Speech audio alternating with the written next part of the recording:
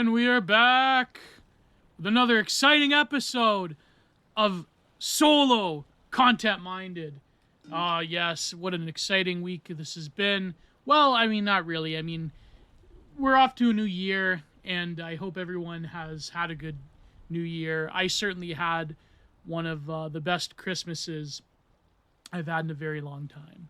So there's many things to look forward to, many content opportunities, and I'm at the last rung of actually writing the book. I have one more chapter left, which I talk about. It's called Art and Biospirit, where I talk about like the different temperaments that different people have towards the work of art, but also I critique this the debate whether conservatives can do art, blah blah blah. But more deeply, I think it's the last chapter of the book. I'm sort of examining what it truly means to live in the digital world and to still hold on to what this thing is we call artwork, and why art reflects a particular spirit in different people. And I get into some maybe controversial territory.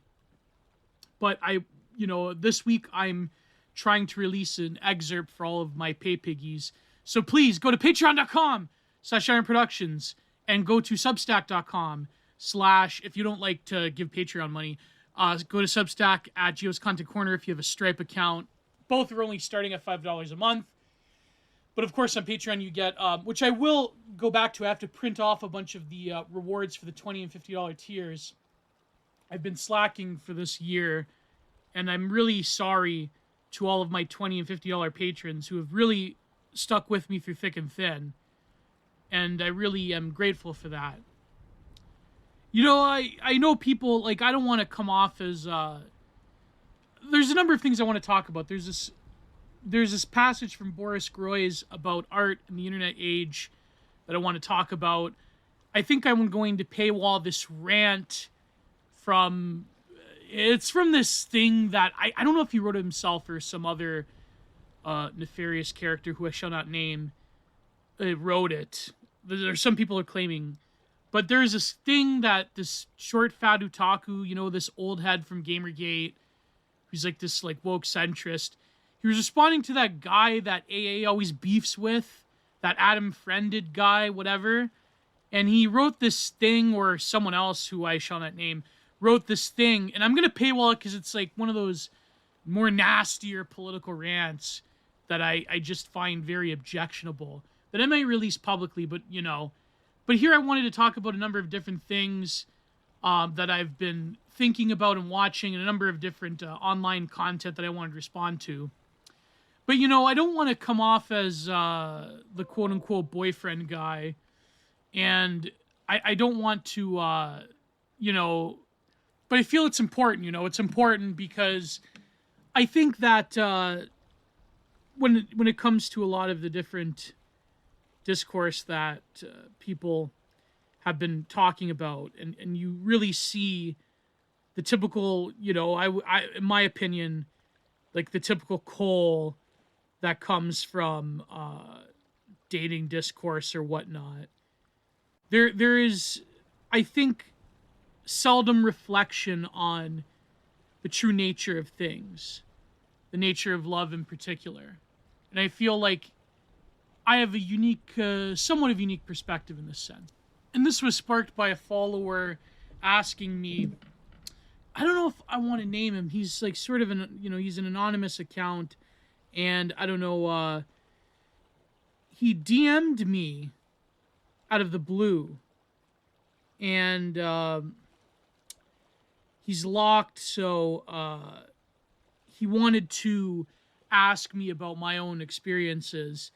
So perhaps I should just read what he said, and without getting too much personal details, I'll just read what he said, and maybe I'll go from there. I think that it's an important topic, really.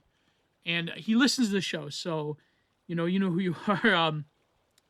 So anyways, he goes, "Hey Gio, I followed you for work for a while. I found you quite early in the BTR's life and followed your YouTube account. I'm happy that you forged your own path. I am reaching out because something inside of me says you might be one of the few people who can help me. I know you're a busy person. So, I used to have great success with women back in 2015. I buried myself in my career at the exclusion of quite literally everything else: exercise, friends, hobbies. I did not intend for it to happen, but I unwittingly created the conditions for becoming isolated and vulnerable to negative influences online. About 1.5 years ago, I started dating again. Those experiences went really, really bad in my estimation. I felt like I had become a de facto incel. I'm reaching out to see if you would be open to help me understand how you worked through those feelings yourself, or if you would consider writing or recording something for fans on the topic. Yes, and I'm doing this right now. I know we don't know each other. I fully understand this message is probably an opposite and strange, but I hope you will at least consider sharing what you have learned. Then I said, thank you for reaching out. I think it would. He says, for what it's worth, I think it would mean a lot to people if you share some reflections of the topic. You're an interesting crossroads, in which I am. So then I replied. I said, I've talked about it here and there, and perhaps next solo episode of Content Mind, which is the next solo episode. There isn't a secret to this besides not letting bitterness enter your heart, which honestly I have trouble with for many years, or I had trouble with for many years. I too sunk all of my life into my education at the expense of others and other things, especially my own body and health. But I think the key is to realize the dynamic and contrasting nature of the feminine is necessary in one's life, and years upon years of isolation from it isn't that bad when one day it shall come again. Then I said, this is true when I think of it. I was consuming manosphere stuff for a long time, but a lot of it didn't wash on me, or well, its excesses. Then I said, my GF teases me sometimes, says, oh, Gio, you're such a male feminist now. And I go, I'm not, it is, like, I don't know. I like to think I have nuance in these things. But it's a matter of nuance, I think, because both the male feminist and the excessive void hater, the manosphere type, they have a very similar complex that must be avoided. And let me go into what I mean by that. First of all, I think that there's a lot of demoralization propaganda around this topic that young men in particular are exposed to. For example, you would see these posts that would go around periodically that would say, you missed out on teen love, oh my god. Or like the football player image, right? You know the one, right? You know the one. There's something that my good friend Sunwound, who's a great filmmaker, I go and follow him. You know what? I should just link his, because he always changes his handle. I should just link his account, his YouTube page, and his Twitter on here. Sorry, his X account on here.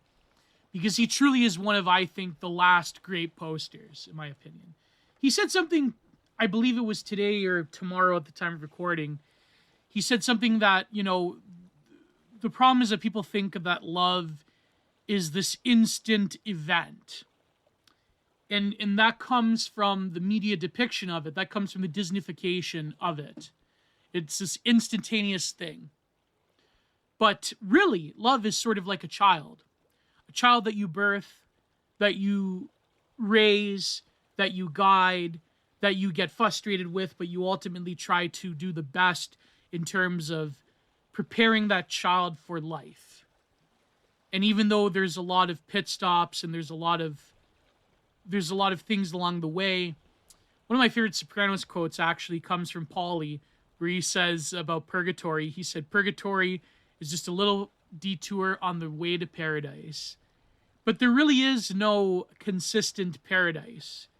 There's a paradise, there's a contentment that you build over time with the other, that you feel is worth engaging in, that you feel has a significance.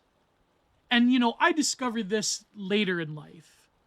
I discovered this when I was 30 years old, which shouldn't be a shame, but culturally we know that it's a shame to admit such a thing in terms of the quote-unquote normal development of people. But I feel that when you are a certain particular type, personality or mind or whatever, when your soul has a certain disposition, These things will come later if they come at all. And when they do come, they tend to be a very unique circumstance. And I feel for reasons I don't want to really share publicly. It's like that with me and my woman, right? And I think that this isn't really talked about enough. The sort of uniqueness of each love that you have. That love is not a quality that is possessed, or not quality, but rather a quantity that one possesses. That it's not something that that is a sort of social achievement marker. It's like this tweet that I did once where there was this couple on TikTok, and it looked like actually an older woman and a younger man, and they did this little dance or whatever, and maybe it's something that, I don't know, shouldn't be shared private. And I had this tweet that actually did numbers with like normie stan Twitter people, where I said that the little gestures and little rituals that lovers do in private, it's sort of they're voyeuristic. How should I say it? They are voyeuristically exploited as soon as they hit the internet, this impersonal medium. And I think that that's the problem with when you sort of market very personal and deep sentiments. Another thing that Sun Woon said, I remember another tweet where he says that a relationship becomes a prompt for a TikTok video or a tweet or something else where you have to generate content. And even though I'm talking about the nature of love right now by generating content, it's kind of ironic in some ways. I still feel that in like this tweet that I wrote where I said it becomes something that becomes so, beautiful and private is like luridly exploited in the internet. And when you project it out into the world, when you project it out into those 1,000 eyes, that is constant and never ending, it seems ridiculous and it seems stupid and people critique it and people are very cynical about it. And I think what struck me is that it was an example that was so innocent. It wasn't like a grifter or some manosphere or I guess, do they have like the left equivalent? I guess like femcel Twitter is like the left equivalent of the manosphere, where it's like luridly exploited and it's meant for something other than just to express what is intimate between each other. And I think that's what people lose sight of, is that every love that you have is unique. There are certainly archetypal motifs and pathways and things of that nature, but it's something that is unique to when you're in that situation with somebody. And therefore, it should be treated as such. And so to lament over hitting the usual markers of development or of what a relationship, quote unquote, should look like, I mean, within reason. I certainly think that even though intellectually I find them very curious, on on DA I reviewed, we reviewed season 1 of King, but even though I view like those quote unquote alternative lifestyles kind of from an intellectual lens, interesting, and I think that complicated love between two very different people is, in a literary or artistic sense, very interesting. Of course, I don't like quote unquote promote those quote unquote alternative lifestyles, but within reason, even between two people who are quite different, or there's complicating factors, it's very easy to lose sight of it in digital medium where the parameters of even things that are very intimate to one's self are blown out to the world and put through this impersonal medium, and they're done for content reasons and so forth. It's very easy to lose sight of the fact that each love is unique. Even if they follow common pathways, there's still something there that is unique to you, and it's something that won't work for everybody. It's something that you can't easily put into a book or a mindset pamphlet or whatever, or a program. And so I can't really give people answers in a specific like how-to guide. But I can certainly talk about my own experiences that may be similar to others.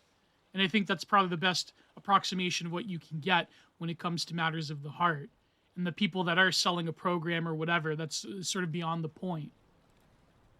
The one generality I can offer to men in particular is something that I do truly mean when I responded to my follower there, where I said, don't let bitterness enter into your heart, which is very difficult. It's very hard because there's so many reasons why people are embittered, both men and women. There is something, I was reading this thread, I think it was by the godfather of the manosphere, Rollo Tomasi, about the data that was trying to debunk a lot of these like manosphere talking points. He said, yeah, and he's partially correct, like you have to factor in divorce and how like women just don't want men plainly, and I'm not like, I don't think I should read it, but like, you know, but I think that it's easy to pick apart data and sort of lose sight of the whole picture. There is a crisis, as people talk about there's a crisis of meaning in the birth rates and so forth. There is a crisis, I think, of genuine love and genuine affection, especially between men and women, because people are viewing things so ideologically because of the impersonal nature of what we're interacting with all the time. We're sort of forced to view things ideologically. There's this tweet, and it seems that they go viral. It seems every month they go viral. There was this other tweet about the Korean femcel radfems, how they're choosing this program of voluntary extinction. And it's very funny how Black Twitter is getting in on this trend, because of course they're being spoon-fed any progressive trend that comes down the pipe. But it's very interesting to see like the ebonics and the language of like, you know, y'all gotta champion these queens and blah, blah, blah. And it's very interesting how when you really look at the demographic picture of African Americans, it's not very good. And they're only going to decline. Of course, we talk about how half of them are extinguished in the womb. And you know, they have so many different demographic pressures. Now you add like crazy South Korean style voluntary extinction radical feminism. I don't know, I guess like some far right anime racist would be like, you know, yeah, like that's amazing, that's credible, more of that, please. But no, but I mean, like if you just look at things in terms of your own group survival, it's very dangerous and very terrible. But I do think, you know, there is evidence that people are overstating the case when it comes to this like South Korean crazy radfem voluntary extinction, or what I call pop antinatalism. People are saying that, well, economic factors and already existing culture is to blame, and because they do have like this very crazy form of capitalism on steroids, and family life is sort of you know, but there is something, there is this video that Brittany Venti did, and you know, I have my criticism of Brittany Venti, but there is this video she did about Japan and Korea, how they have so like incredibly low birth rates. And she said that, you know, of course, like she has a feminist bent on it, but some of the stuff she said was pretty apt. That basically they have a family and a cultural, or rather they have a very like weird attitude towards the family that isn't like a lot of Westerners, especially Western men in particular. And that, you know, if you do have a culture that predicates value on like this extreme capitalist exploitation, but then you add to women basically being in charge of all aspects of family life, where, you know, having children isn't seen as like a value or whatever. It is a very interesting video. Not that I agree with everything, but it is certainly interesting that there's this one tweet I saw by one of these radfems that it's like, you know, Korea, it's like, you know, of course they use right-wing language of based or whatever, where they say that, you know, a misogynistic culture that's extinguishing itself deserves it. But that's not exactly true, because some of the most pro-women cultures in the world, in Scandinavia and so forth, where they have generous stipends to start families, and you have like, you know, very rampant feminist social policies, even then they don't have a lot of children. And so there's something, and of course, a lot of manosphere types, they point to Scandinavia, and like, no, that's not true, that it's not just an anti-women culture, because when you have a very pro-women culture, you have plummeting birth rates. And so, but then again, I don't think that the hard determinism of economics is also apt. You could probably find a counterexample as well. So I think that it's a spiritual problem ultimately, and that you have to sort of look beyond either the manosphere or the radfem interpretations as to why women don't want to have children, or people in general. And I think that you have to sort of look at something that's deeper, and that is at the heart of the sort of modern world that we're going through. And yes, there are data points you could point to that are both in favor of a quote unquote red pill manosphere or a quote unquote radical feminist interpretation as to why people aren't having children or engaging in family life and why things are so bad. But that being said, those are generalities. But when it comes to the personal examples that we have, rejection is a very funny thing, because rejection is something that by necessity you should treat impersonally, but is also impossible to treat impersonally when it comes to the throes of rejection. Because logically, you should treat it impersonally in order to gain success, in order to harden yourself to bitterness. It's ironically enough to harden your heart to bitterness and to pick up where you left off and keep trying, or to realize that, like, it's funny when a lot of the 2010s feminist talking points about like women do not owe you affection, which is true, but it doesn't prevent that stinging feeling from happening.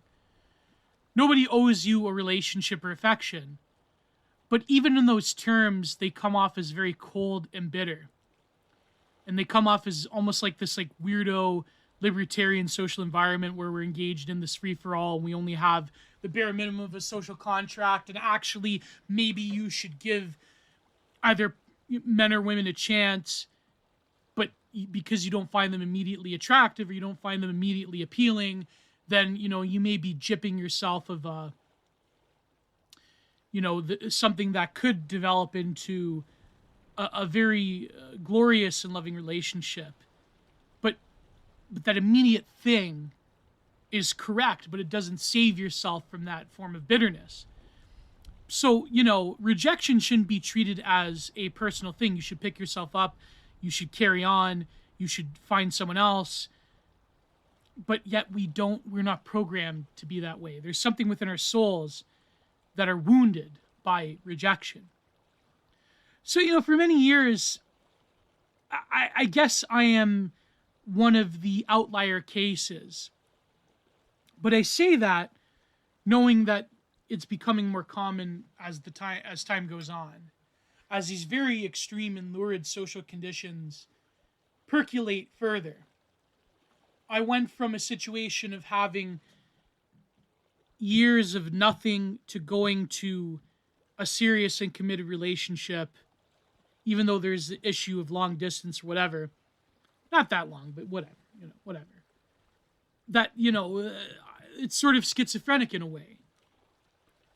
And it was a very steep learning curve, because I didn't have those early,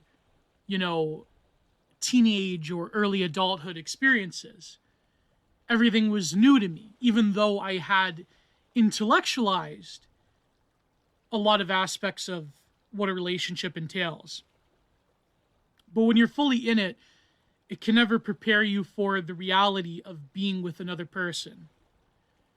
And so when people ask me, how did you cope for so many years? A lot of times I didn't cope. A lot of times I went through periods of being extremely bitter and depressed. But there was something in me that resigned myself to saying that, well, it'll probably never happen. and therefore you should make the best of life irregardless. And you should not treat your experiences or lack thereof with women as an indicator of self-worth. And that was a very, very hard realization. It took me till my later 20s to realize this. And it took me a lot of soul searching within myself to realize that, it's not that, the West has fallen, it's all over, things are beyond your control, the average millennial woman is beyond reproach, blah, blah, blah. It's very difficult to realize that, you yourself, I don't like to use the word blame, but you yourself at least contributed to that because of my weight and because of my lack of trying and because of the fact that I didn't try because I knew that rejection was almost an inevitability. And so I think that the language that I notice a lot of conservatives use when it comes to young men, where they blame them. It's like, it's your fault because, you don't have 6 figures, 6 inches, what's the 666, 6 figures, 6 feet tall, 6 inches, that you don't have other things that are desirable, and that you should I notice a lot of boomers have this line when it comes to young men. But I think that you should avoid teaching young men to blame themselves. But at the same time, there has to be recognition that you are ultimately responsible in part for maybe not just the, you should take care of yourself and you should try to be economically independent and so forth, even though these things are becoming very hard. But the one thing I think you should cultivate is you should cultivate a sense of self and a personality. When people a lot of these pickup artists are you have to have, I think even Mystery talked about this way back in the day. It's at the end of the day, you're not going to succeed unless you have a personality. It's not that you should have this, and again, it's not that a personality is a reified property that you can buy and sell, or that you cultivate you have, it's not like you can grind it like a video game. What having a quote-unquote personality is having a sense of self. Having a sense of who you are as a unique person. And cultivating a sense of self through interests, through life pursuits, and through owning your own self. That is what they mean. I can't really teach you what it means to have a personality, because often it means devoting yourself to higher things and to cultivating a sense of self. That's what a personality is. It's not this property that you own, per se. It's something that you can sometimes devote a life to. This is what I mean. Women will pick up on the fact that I'm using women as an example because I'm a man. I can't give a woman advice. I can give a woman advice in terms of generalities, because it does apply to women too. A lot of femcells don't have personalities beyond consumption, and so that needs to change. So, cultivating a sense of self through interest, through really engaging in life, through thinking about things, through being the best at what you can be best at, through even, even people, they look at, even nerds that aren't particularly physically attractive, they manage to achieve relationships. It's because, when you really devote yourself to something without it consuming you, this is the point. You don't want to scare the hose with your particular interests. You know what I mean? You want to, you want to be, you don't want to be super defensive about what you do either, because that can scare off a lot of people. But at the same time, you have to be passionate about something. You have to be passionate about a lot of things. And you have to have an attitude that is very Zen-like in a way, where you're passionate about something, but you don't let it consume you. There's this one TikTok I remember going viral, even on Twitter, where it's this woman, she's on a date with some guy, and he's talking to her about his electronic music setup and his keyboard, and he's going on. And that's like, maybe he should have some social awareness to talk about other things. But eventually, I think, a guy like that, he probably will find somebody because he's devoted and he's passionate and he wants to succeed. And I think that's probably better than any sort of like pickup artist hack that you may come across. There's no real system to having a personality, but I think it's approaching things with a sort of prudence or a sort of what the Greeks call phronesis, things that are in the right measure. Because you can sort of nerd out on something, but you don't want to make it like the totality of who you are. The totality of who you are is to have many loves and many pursuits, but to also not be offended if somebody doesn't share those similar pursuits. And I think when it comes to women, it's not like necessarily what you do. It's to show that you are like a go-getter and that you do have interest in things. And that sometimes women have this capacity that if they do have an interest in you, they'll sort of like they'll tolerate a lot of nerdery if that nerdness translates into a wide breadth of different pursuits and interests and you engaging in life. You know what I mean? Because like even my example, like my GF has to overlook sort of like certain things that if she wasn't acclimatized to what I do and my personality, probably wouldn't be, I probably have certain things that probably do quote unquote scare the hose. But that being said, there are many years where I just sort of drifted. I realized I drifted. I ignored certain aspects of myself that I shouldn't have. And that's probably did contribute to a long time of really, not having quote unquote success in terms of relationship. Because I think that there isn't a really, it's like the whole incel question or even femcel question. There's not just one thing. It's a development process that you sort of drift into, that I can look back on and you sort of waste time. You waste time and you drift into something that is in an odd way comfortable. It's comfortable, it's comforting in an odd way not to have that friction or to not constantly expose yourself to rejection. But also, it's sort of like obesity. It's like another thing that I struggle with. You sort of slip into it. There's no like real switch that gets flipped. The reason people are obese isn't just because of, yes, a lot of it is because of the lack of willpower and so forth. And some of it is genetics as well. Maybe not a lot, but some of it.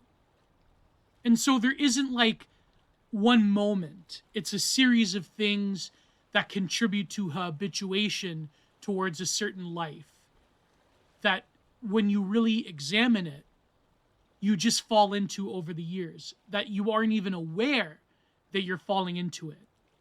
You're sinking into it. And I feel inceldom or femceldom is similar. In a lot of things, a lot of maladies are similar. You're not even aware that it's happening. You just follow certain patterns and certain routines that you have to really work to break out of when you realize that they are a problem. But of course, obesity is one thing. A lack of romantic affection is another, because you're dealing with the subjectivity of another person. That is very difficult. It's very difficult because a lot of it requires overcoming your own self and overcoming your own feelings and your own dispositions and habits. Because in my relationship, it required me overcoming distance.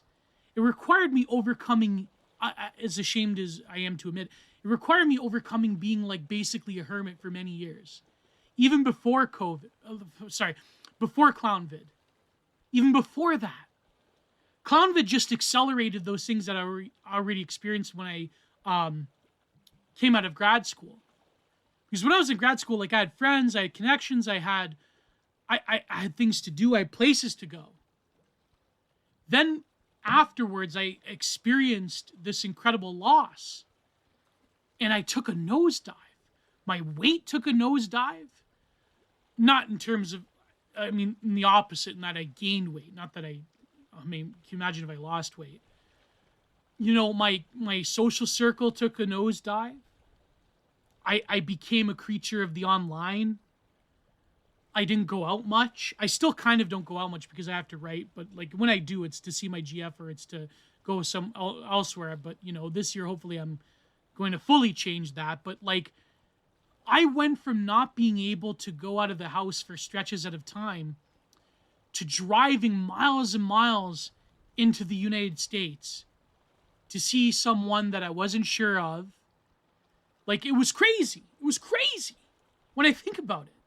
When I think about, like, telling my parents, like, after years and years of not going anywhere and not really seeing anybody apart from my few IRL friends, you know, to all of a sudden, oh, by the way, I'm going to hop a bus and I'm going to go to the city in the States and I'm going to see this, like, random woman that I met on the internet.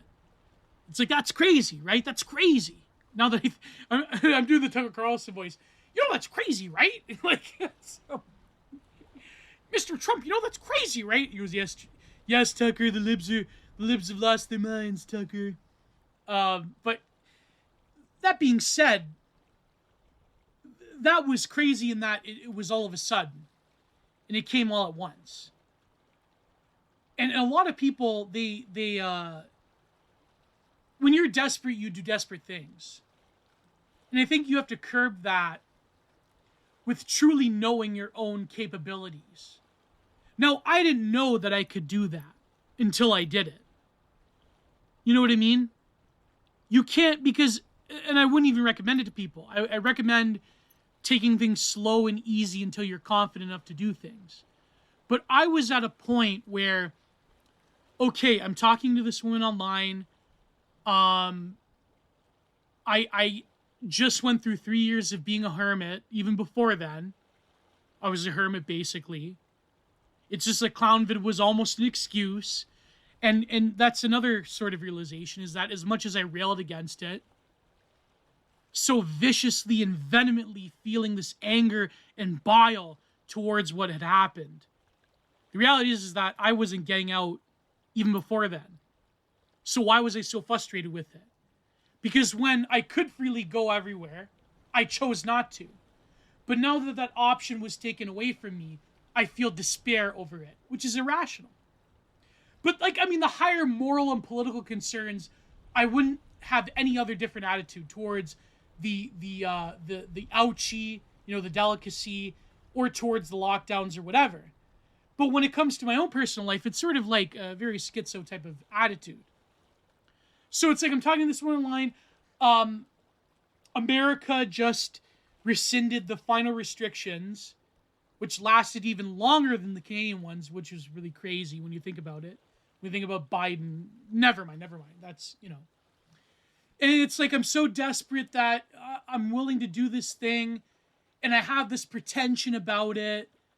But when I actually, you know, meet this person, then things change. And then it becomes something that is more meaningful. Right? But that's my own unique personal example.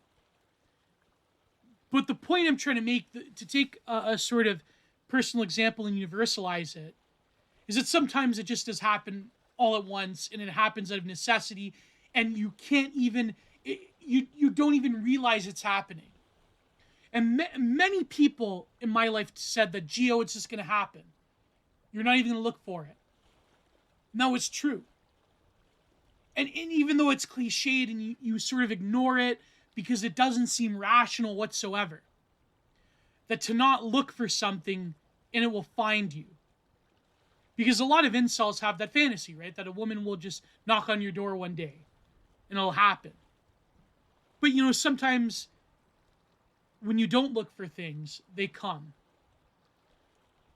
And so, like, when I examine what happened to me last year, that you go from years of being indoors and not engaging with people the way you should, to all of a sudden you're like in the strange environment that you're on your own, and you're with this person that you don't really truly know at the time. Of course know her now, but the point being is that at the time, if I were to like go back and rationally examine it, I'd be like, why did I do that? That's crazy.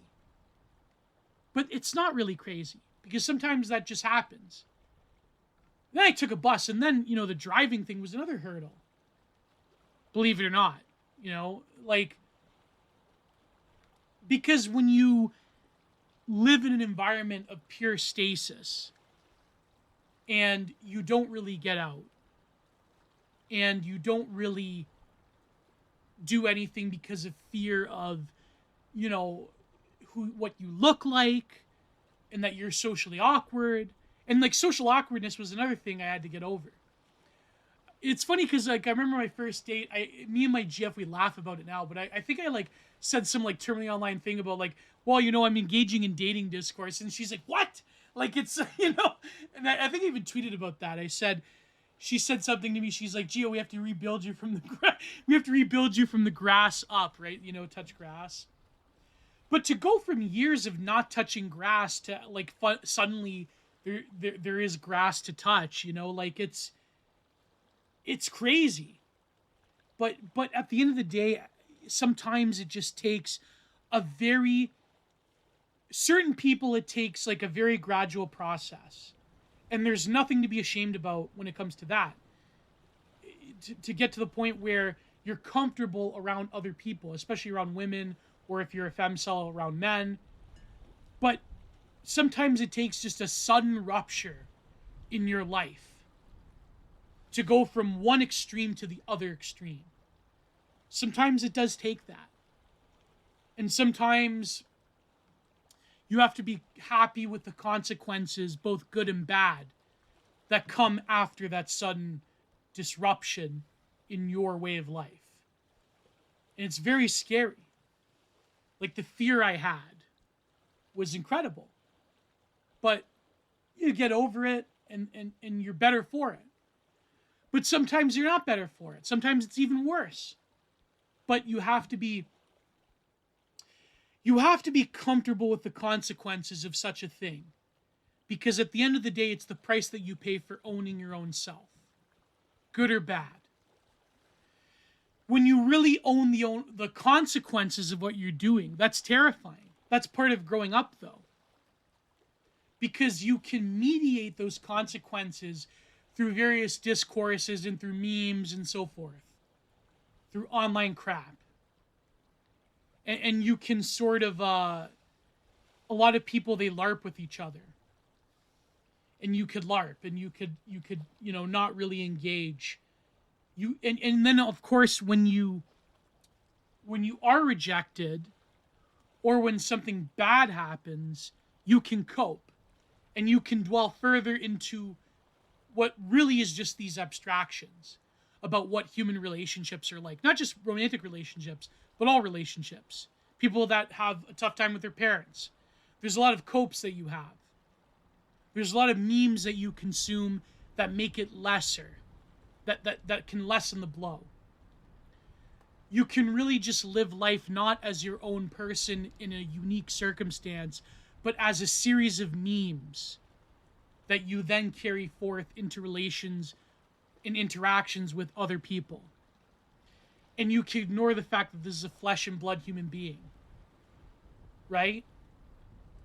And that's really the scary part, is because by the time I got on that bus and I had interacted with somebody, like in the flesh, a woman, for the first time in a long time, it's very scary. And like sometimes you carry on with you these very terminally online discourses and these expectations.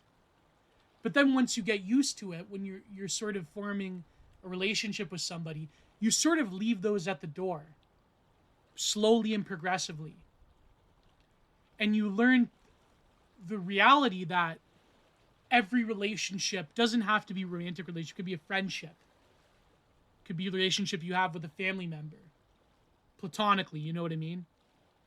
That every one of them is different because each situation is different. And that's a very hard realization when we consume things, content, memes, discourses that preach a very different message. That things can be broken down and things can be experienced in a very abstract way. And that you can find comfort in that. And so it's very difficult. It's very difficult. And things are even more complicated. My friend Matthew the Stout, he said, Gio, men nowadays have to fight for things that came naturally to our even immediate ancestors. For women who are of, quote unquote lesser quality, but that doesn't even matter, like this whole mid thing, right? Men just want beautiful mids to call their own. Because, a mid to you, like a mid that truly loves you is not a mid. You know what I mean? Like, when you have when you overcome those barriers, a relationship is something that is unique to who you are as people. And it's not that like, people that are like bitter about, oh, I don't have like a 10 out of 10 stunning girlfriend, blah, blah, blah. It's like, that's not reality. Because when you're building a life together, there's so many other things to concern yourself with than just like, oh, I'm not with like this model. It's like, because attractiveness, like here's where the left is more correct than mainstream, quote unquote, the Kieth Haring on the famous saying, is that attractiveness is at least in part socially constructed. But it's also a construction of who you are. Even though, like, for men and women, if you find somebody that is not, like, quote-unquote conventionally attractive by this, like, very stringent standard of whatever, attraction is something, again, like romance, that you habituate yourself towards. That isn't like there is an immediate sensuousness to an attractive person, but it's almost as if that too is something that you cultivate over time with somebody. That you're willing to overlook certain foibles, and that attraction grows stronger over time rather than something that is a diminutive property. That you're only ever going to be this attractive at this point, and that when you get older, blah, blah, blah. That's sort of a kind of a negative way to think about things, because it sets you up for failure, in a way. That there is objective beauty standards, but at the same time, when it comes to an actual relationship, those standards, they tend to slip away. Especially if it's a genuine love. You know what I'm trying to say here? That beauty is something to be cultivated rather than an inert property that attenuates over time with age or with whatever. Like it's a very hard lesson. But again, that is another sign of maturity. To realize that beauty is something to cultivate together rather than an inert property that lessens over time, that attenuates. And I think a lot of people, they view their own bodies as abstractions as well. And this is for a variety of reasons, both online and offline. But of course you don't want to slip into like this weird solipsism where you're going to be beautiful no matter what. You have to work on yourself, even for your own health, of course. But, it is what it is. And there's a lot of circumstances people overcome or overlook because of the motivation that love gives to you. And it's something that I never thought I would experience, but it's the truth. There's something that, there's a very funny sort of slipping into this realization that when you know what I mean? Like, this is what I mean by love and attraction being a form of cultivation over time rather than an immediate property. Is that you sort of slip into it. You don't really I mean, is there love at first sight? Maybe. There's certainly attraction at first sight. But even like attraction, like for example, if you look at prawn stars, they don't look conventionally attractive, quote unquote. Like, you know, there was always that meme that went around, I believe, in like the mid 2000s. It was even earlier than that. It was like the early internet. Not the early internet, but like internet, you know, like I would say around like 2007, 8, 9, 2012 of it like broke down prawn stars with and without makeup. And if you look at like the top ones, they're not like they don't have the same quality as say models or what people would even consider like a 10 out of 10. Like there's a different level there. There's an eroticism, or rather there's not an eroticism, there's sort of like a base appetitive sexualization there that I think goes beyond just what people consider beauty. And this is why I always like I sort of like I always counter signal the take that a lot of rad femmes have, that prawn like distorts men's beauty standards. I don't think it's the type of women, because a lot of like quote unquote conventionally attractive or even like less than conventionally attractive women do like OnlyFans and do prawn, and there's something more there. There's more of the exposure to the raw act of like this this base thing that isn't that is at the sort that satiates like a very base, very guttural, very like instinctual type of desire that goes beyond just attraction in the sense of a sense of Eros, right? In the sense of romantic love. In my book, I call it the zone of indeterminability, which I don't want to give away too much, but basically, there's like this liminality between something that is media, that is like either art, but it's not art. It's not exactly modeling. It's not exactly this. It's not exactly that. It's meant for mass production. It has little to no aesthetic qualities, apart from the accidental aesthetic qualities of like what people say is like the prawn star lighting or whatever. You know, and so when you look at like like all the top ones, right? Some of them, yeah, are beautiful, but like they're not.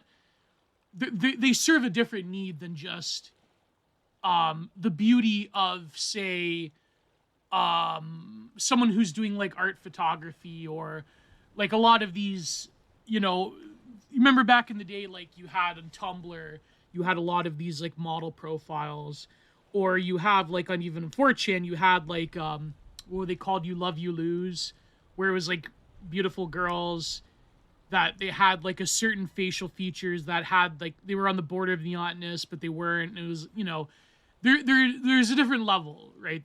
There's a different level, but you know, but that is something that satiates a desire, but it's not a meaningful desire the way it is when, say, you are with a lover or you find a woman to be particularly beautiful.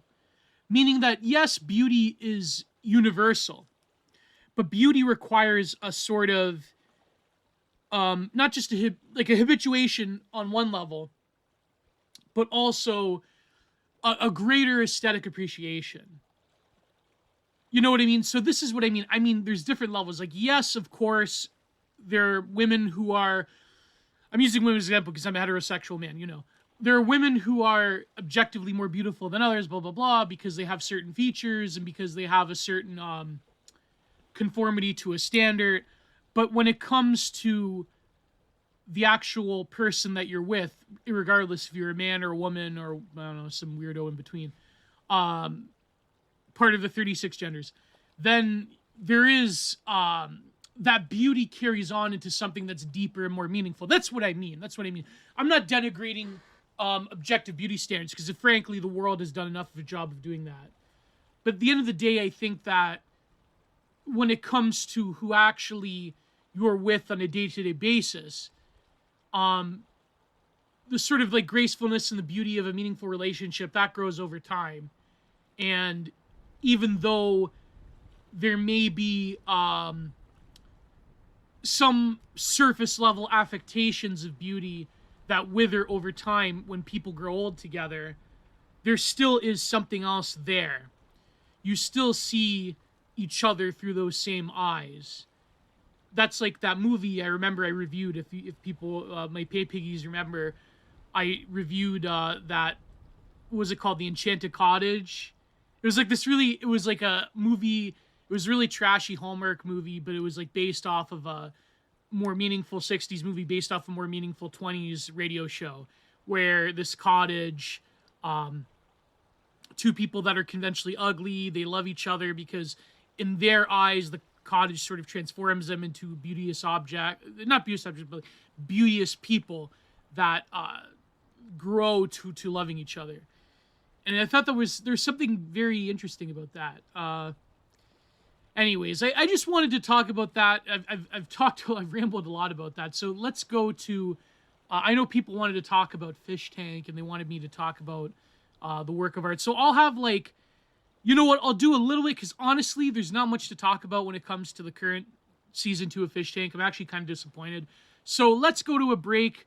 Let's listen to some new Philip Daniel, and we will come back to talk about this Boris Groys quote on art in the internet age, some Fish Tank, and I probably will talk about some viral tweets here and there that also are related to the work of art. So yeah, hit it, Philip.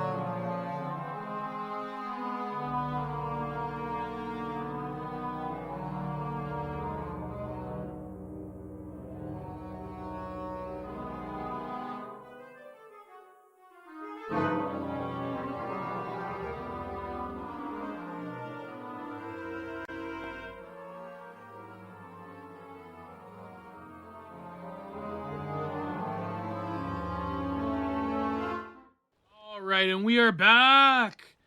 Hopefully that was an enjoyable piece. You know, I use Philip's music for everything. You know, we have a nice little arrangement. But anyways, I hope you enjoyed it. I quite enjoy his music, and I think it fits the vibe. You know, maybe one day I'll hit up Matthew for some more like electronica tracks. Maybe I'll collaborate again with Philip. We did this suite, how do you call it, once, where I did a bunch of these mono prints. I want to get back into mono printing. I bought this gelatin sheet that you use for mono printing. They say it takes ink better, and so we'll see what happens. A lot of these craft people use it, but you can use it for fine art as well. Anyways, so there's just all these takes I've noticed recently that have to do with the work of art that I think I'm going to do a solo video on, where it's this artist trying to represent this couple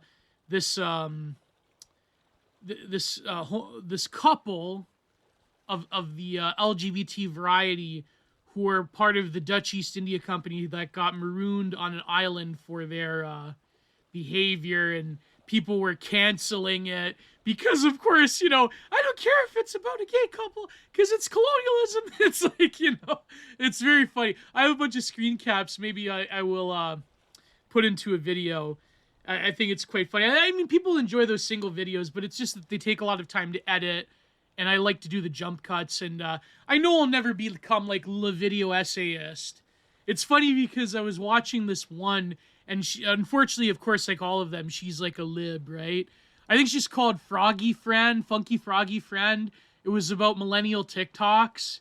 It was an alright video, but then you go to her other videos, it's like, it's like bordering on BreadTube, but it's more of like a Zoomer friendly, like TikTok, that type of content.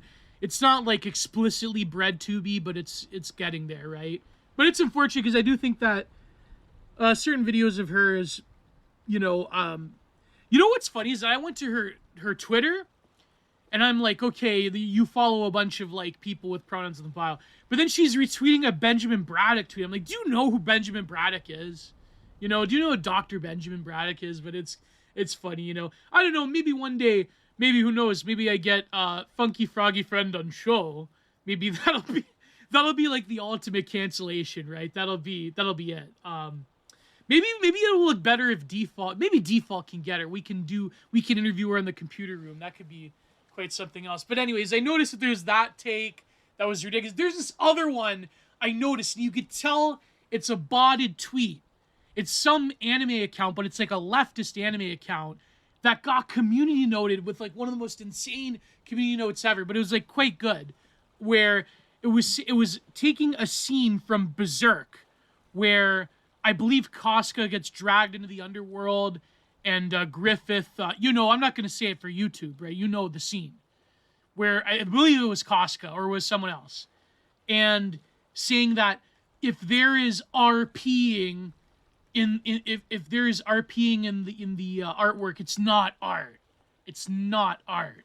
And you could tell it's botted because a lot of these people, they bought their tweets because I think they don't have the power of the algorithm the way they once did because of Elon, right? And so they bought their tweets because you know how you can tell it's botted? Because you have a million quote tweets saying, no, actually. And the community note ratioed this person saying that throughout history in the West and the East, in China and Japan, not just in Europe, but it used the example of Goya and Rubens and Raphael, I believe Raphael as well, where they've depicted this unsavory, abominable act in the work of art. But it's, you can make an argument that it's, is it fully eroticized? But when it comes to the genre painting, it's not. Because Goya and, who else am I thinking of? I think they used Goya, and they used another artist. I think I have the tweet here. I believe they used Goya. Yes, Goya and Bosch, Hieronymus Bosch, that are replete with scenes of this particular abominable act that isn't meant to glorify, but rather to depict very deep and meaningful mythological fables that like, for example, the one of the island. They say it wasn't actually that it was like war RPing. It was actually, they were just like, it wasn't as violent and barbaric as they depicted it. Was it the Sabine women, I believe? Was it that? The one, the RPing of Europa, that one, right? That's a very famous motif that has carried through with multiple very great old masters. But it's funny because this person has like 51,000 likes, but it's like people were just like absolutely destroying this person, and it's very funny, right? Because of course you have like the trolling and all that, but really, okay, if you bar the trolling and you bar like the anime racists, saying actually this is based, you know what I mean? Like if you have a serious critique of it, you could see that this very, terrible act has been depicted in the work of art for centuries, literally centuries, like even in the ancient world, and that has a, mythological significance. And so when you really think about it, it's like, I can never get this like Soyjak, like this like Jacob Geller tier millennial left video essayist thing where it's like, don't ever, when you're writing fiction, don't ever write about that act. And I understand, like, there are writers, there's like, there's the Peter Sotoses of the world that get off on it and have very lurid descriptions of it, and it borders on the pornographic, and it's very disturbing. But and I understand like modern writers, maybe you shouldn't rely on it as a plot device. But when it comes to the artworks of antiquity, to say that they're not art because they depict this certain act that is held up above everything, like it's stupid, right? It's a take that's probably not even worth anyone's time. And I understand that if a writer is using it as a lazy plot device, or if they're using it as a way of spicing things up, then that should be avoided, obviously, right? But it's sort of like if you say that you can't depict any single act, then it's, if you're putting limits on the work of art, then what's the point? You know what I mean? And this leads into what everyone wants me to talk about, but I wrote about in my book. I released an excerpt, but of course that excerpt is a rough draft, so I'll have to tune it up a little bit. And so everyone wants me to talk about the Kieth Haring thing. Now, there was this hyper-allergic tweet. There was a tweet that went viral with like the AI by this Danelle guy, and it made it all the way to the art media. So there's this hyper-allergic takedown of it, because that's really what it is. There's no objectivity to it. You know what I mean? There's no objectivity. It's just to defend Kieth Haring. And in my passage, I try to defend Kieth Haring. Of course I do. I have to go and tune it up, and I was talking about it with somebody, and, but anyways. So it talks about this recent, you all know the story where they complete the last work of Kieth Haring that he purposely left unfinished when he was dying of the Salivorium's disease. And it's, it is a very tragic piece. I'm not going to cast shade on it. And, it was left undone for a reason, for its symbolic purpose. But then, of course, this person that completed with AI, then you had all of the art Twitter people up in like this guy received threats, and they tried to dox him, and it's like crazy. And, I'm doing the Tucker Carlson. Imagine if this guy gets doxxed and he'll go on Tucker Carlson, and Tucker will be like, it's crazy how you used an AI thing to complete, Salivorium's disease artwork. It's crazy. They wanted to and redact you. It's like, I can do the Tucker Carlson voice all day. It's from the Trump interview, right? So someone called Peachly, let me see, since Elon Musk took control of what was then called Twitter in October 2022, the site has seen an increase in hateful and incendiary speech. And so for those who don't know, hyperallergic is like the lived out, like it's even worse than Frieza. And you know what's tragic about it is that hyperallergic does have some good content. I'm not going to knock them completely, but they have a very, very obvious progressive left-wing thing. You know what I mean? But it's the art world, so what do you expect? An increase in hateful and incendiary speech. This past summer, Musk introduced a policy that allows users to pay for X Premium to share their tweets' ad revenue, offering a monetary incentive for people to post intentionally controversial content. But I don't think Danelle is verified. And who is this Peachly person they keep citing? Let me look up. I'm skipping past through the article here. Haring's unfinished painting, a white canvas with purple background that covers in the top quarter. So the visual language alluded to the thousands of lives cut short during the beginning of the epidemic that affected many in the LGBTQ+ community, of course. Late summer Brooke Peachly. By the way, they call her an artist, but really it's it's hideous kitsch. It's like the most, it's like, post-Tumblr, kitchified, cartoony type digital art. That's what she does. I'm not knocking it. I'm not the best artist in the world, but it's the type of artwork that I critique in my book. So she posted that viral tweet that said artwork that never fails to destroy them every time they see it, and she used the example of Kieth Haring.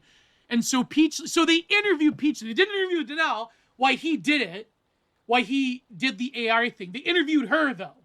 This Peachly person, Brooke Peachly. The post went viral and backlash was immediate. Commentators used the word like travesty, gross, and cruel to describe what they saw as an obvious affront to both Haring and other individuals whose lives were lost to the Salivorium's disease. I don't know if I could say it on YouTube, but you know the one in the 80s. Some users expressed their outrage at the impulse of using AI to complete Haring's meaningful work, with one user calling generative art a way for lazy, ignorant people to fulfill their selfish desires while also going against everything the art world stood for. So you mean to tell me that when you were tearing down statues, not just of Confederate soldiers, but other people, of Churchill, of John A. MacDonald, George Washington had a statue torn down in some, like, lib city. You mean to tell me that those artists, their works were, they deserved it, but not Kieth Haring. And I actually like a lot of Kieth Haring's work, okay? That's besides the point, though.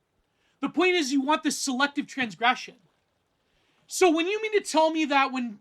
Not Piss Christ, because Piss Christ, you know, I've defended Piss Christ before, but there's other obvious edgelord, fedora-tip examples in the art world that smash statues of the Virgin Mary, that do this sort of, like, hideous transgression. There was the Jesus dildo thing, as disgusting as that is. That's fine, though. That's totally fine. But this is against what the art world stands for. This. You know what I mean? Like, you can't have it both ways. You either love transgression for its own sake because you believe that the work of art has a social importance, what Adorno called autonomous art, that stands above the social order, looking down, critiquing it and pulling it apart. And you know, it's sort of like a very Nietzschean transgression of values. You either believe in that, or you say, no, the artwork has a very clear progressive message, and that if you dare cross it, then that's it. Admit it. Just, you know what I mean? Oh, but this is insensitive. Oh, this is terrible. This is mocking someone who's died of a terrible disease. Well, I'm sorry, but what about Christians that feel the same way about the Jesus dildo? What about that? Like, I'm sorry, you can't have it both ways. You know what I mean? Like, it's like when people cried their eyes out when those two Korean guys, they destroyed Chasey Eamon's dirty bed sheets. Her bedroom thing, her display. The original one was destroyed by these two Korean dudes. Were they Korean or were they Chinese? I forget. It's like people, like, you know what I mean? And I personally, I've had nuanced takes about Chasey Eamon before. You know, I think some of her artwork's quite good. But the point being is that you either say that there's a standard, there's an ideological, politically driven standard that is risen to the level of a metaphysics that you cannot transgress, or you say that transgression has always been at the heart of the work of art, and that's it. But let's continue. I'm getting angry. Haring, another individual, travesty. So let's see what Peach, Donnell Villager's likely example of bait, intentionally polarizing or angry, introduced. What about the Jesus dildo, right? I bring that up, but there's other examples. There's numerous examples. What about when I did that 70-page dossier on the Abortion is Normal gallery? There was a lot of very offensive things in that one. You know, like especially against men, against Christians, against tradition. But that's fine, though. That's because that was an emergency art gallery. Remember, that's how they sold. That's how Marilyn Minter sold it. Because of evil Donald Trump. That it was an emergency gallery. Because they were going to put Brett Kavanaugh on the Supreme Court. So, and that woman, what's her name? The based woman. I forget her name. Regardless of whether post is bait or not, Peachley told Hyperallergic, quote, "This is the kind of bait you go to hell for. Oh, so now you believe in hell. Now you believe in hell." Now, you see, all these people that they denigrate religion and they say it's evil, now they believe in hell when it comes to that. Like, it's incredible. I find the completed vision of the artwork to be abhorrent, she said, but you didn't interview Donnell, though. Not only does it completing the painting completely negate it of its original meaning, but spits on the tens of thousands of queer individuals who lost their lives to the epidemic in the 80s and 90s. So, okay, so you mean to tell me that people in the art world, they quote-unquote complete ancient artworks all the time. But that's fine. Because, you know, they don't have any inherent meaning. You know what I mean? Like, those stuffy old paintings, who cares about them? That are part of the Western canon. There was this one, Vice interviewed this artist that did this, where he would complete Renaissance, unfinished Renaissance paintings. Oh, but that's not the same, though, because there's this symbolic, metaphysical meaning that cannot be transgressed. But during the 90s and up to the early 2000s, they were talking about the death of the author. that was a real thing. That Roland Barthes and Derrida, that they were correct, that we live in postmodernity, and the work of art or the work of literature, that they carry on in the intertextual galaxy, that they can be interpreted and remixed and reinterpreted at any way you can think of. But when you transgress against the sacred cows of the woke progressive art world, and that's not true. Now the author not only is given a metaphysical importance the way that the author or the artist did back in the day, but now you have to strictly hold to the letter of the interpretation of the work of art, or else. That is what you were saying. And to do so using generative AI, a computer program that cannot feel the weight of what it is doing, nor create with any sort of human intention, only adds to the disrespect. So an artist should always be a moral agent, right? An artist should always be this is what you're saying. And it goes with that tweet about how certain acts cannot be depicted in art, or else it's not art. You are saying that an artist should always be a moral agent. But only a few decades ago, you were saying that an artist has an amoral job because they have to critique the social order. Because the work of art ensures whatever buzzword you can use. The open society. That an open society has to tolerate writers and artists transgressing against the moral order because that ensures the health of a free society, quote unquote. I know it's all crap because artists have always been captured by a social order or a moral order or a political, ideological, whatever apparatus. This has always been the case. But we realize now that when the left sold us that idea, when it came to transgressing against Christianity, against conservatism, against whatever neurosis they have about the moral majority in America that doesn't exist anymore. That was fine. That was perfectly fine. But you know what I mean? You realize how ridiculous this sounds. So you were saying that the artist has to be a moral agent or else. That they cannot create the work of art that lies outside of the social order. Is that the precedent that you want to set? Now I know that I'm charging them with hypocrisy. I'm going down the James Lindsay route, but it's not going to work. I know the answer already. I know that it applies to them, but not to us. I know this. Okay, it's fine, right? It's like when they cancel black metal artists because they have questionable politics. Woo! It's the same thing. It's like these debates never end. It's just cool. It's cool. And AI does not... No, I agree. I don't like AI art. I think it's terrible. I think it's kitsch. I think it's lazy, yes. But when you use it as an extension of a greater performance art, because that is what Donnell did, is a feat of online trolling performance art. Because the reaction is just as much a part of the performance. You know what I mean? That is what the real artwork is. Not the AI piece. No, that is not the artwork. That is not the work of art that Donnell was doing. The real artwork is this trolling, is the reaction, is people like Peachley over here calling it abominable, and this is what you go to hell for. Yeah, I'm sure. But I'm sure making, ghastly, cutesy little kitsch about things that are against, the moral order of every other religion in the world. I'm pretty sure that, that's not what's going to bring you to hell.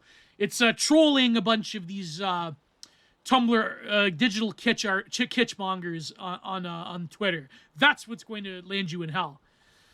Pizza continues going on in the note that AI was unable to accurately recreate human figures, Haring's figures. Yeah, okay, fine, that's true. But the fact that it didn't accurately depict it is part of the troll. Right? So if you're going by the standards of the art world, not but 10 to 20 years ago, that would be an effective performance piece. You know what I mean? It's like the avant-garde in the 60s. There's that one clip from Shock of the New where Robert Hughes is interviewing an artist who is taking a sledgehammer to a player's piano. And the artist says it is a apparatus of guiding human behavior in the work of art, it's oppressive and I shall destroy it. So you're saying that the meaning of the work of art is an oppressive signifier that is capturing human emotion and is guiding human opinion towards only a certain interpretation. Therefore, to transgress it is a mark of human freedom. Just like that artist that Robert Hughes interviewed in Shock of the New that was taking a sledgehammer to a player's piano. It's the same thing. You may call it destruction. It's like Joseph Beuys putting felt over a piano, making it useless. Or doing a number of other transgressive things. It is denoting a collapse of the signifiers of that instrument that guides people towards behavior, enjoyment, interpretations. It is a way of using destruction as a creative act. This is what Donnell was doing. But of course, these people can't see that because they're not real artists the way they were back in the day. I wonder what Joseph Beuys would say about this. I wonder maybe he would have a different take than Brooke Peachley over here. So whose opinion would I hold more in high regard? Some like post-Tumblr digital kitschmonger with the little cutesy characters that basically is just recolors of popular media cartoon franchises. Let's face it, that's all they are. Or Joseph Beuys. I wonder whose opinion I would hold in a higher regard. I wonder. I'm sorry, I don't mean to cast shade on another artist, but let's face it, right? And of course, Hyperallergic had to interview her, and it's like, artist and writer Molly Crabapple. I was calling her Crabapple this whole time. Remember Homer? I was calling her Crabapple this whole time.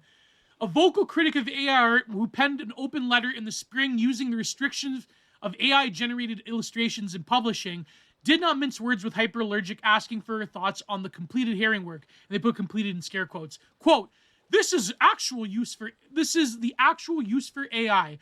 She said, it's a way for witless dullards to suck every bit of anima, pathos, and humanity out of artwork. Well, I agree, but, you're not getting it. You people aren't getting it. It lets screen-deadened consumers turn the artists they claim to love into undead sock puppets, churning out content slop. Content slop! I love it! So the critiques that the trads had of AI, there you go. And it lets them pretend they are the real creators while doing it. Last month, the database of artists used to train the Midjourney AI generator was leaked online. Haring was one of over 16,000 visual creators on the list, which figures include Salvador Dali, David Hockney, Yayoi Kusama,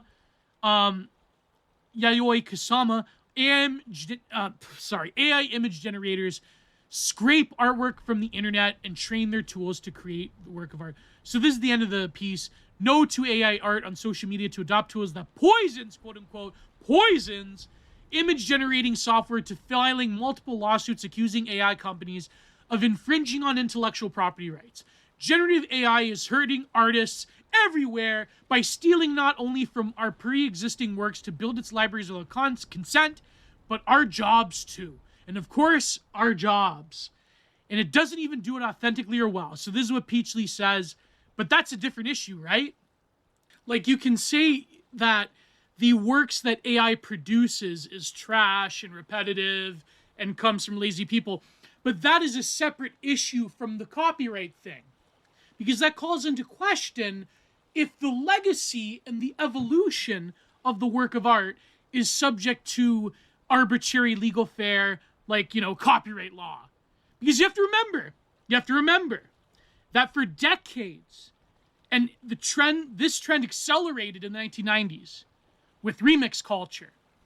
The trend of the, open use, fair use movement and so forth, that anything can be remixed, anything can be subject to appropriation, to remixing, to creating a new based off of the old, that there was such a thing as the freedom and creativity of the artist to then blend different mediums, blend different artworks even, or even take artworks whole cloth and make, this is ancient stuff in the art world. This is old hat.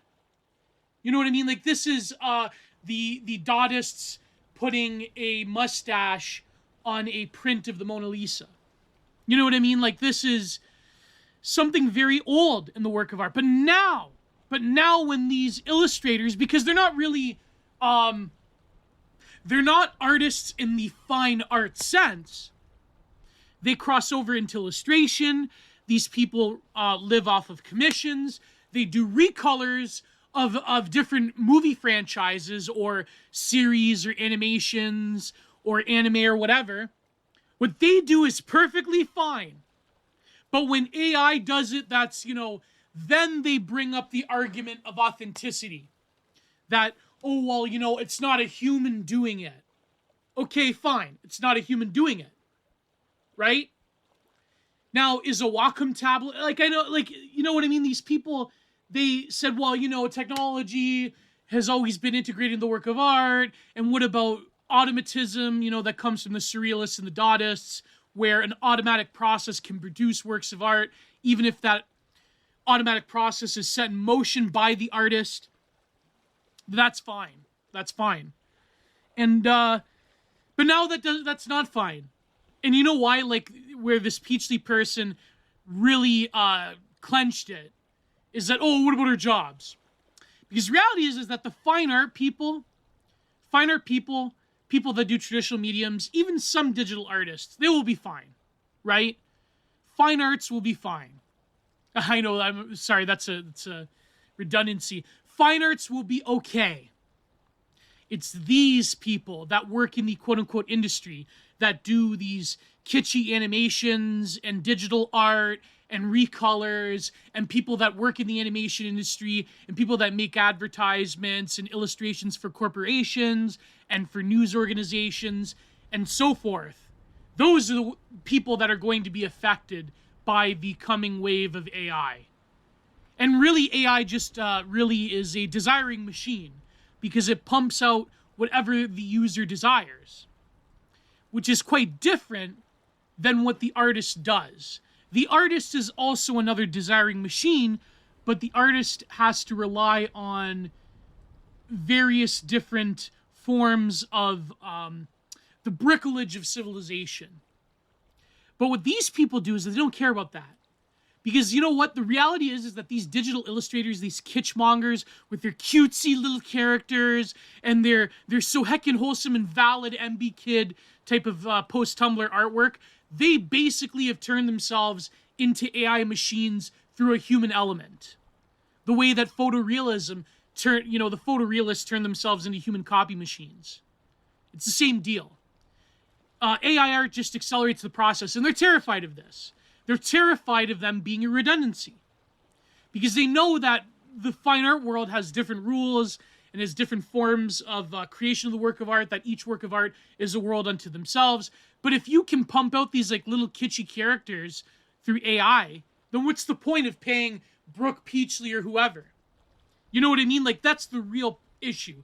Not that this Donnell person, it is the real issue that he violated the legacy of Kieth Haring.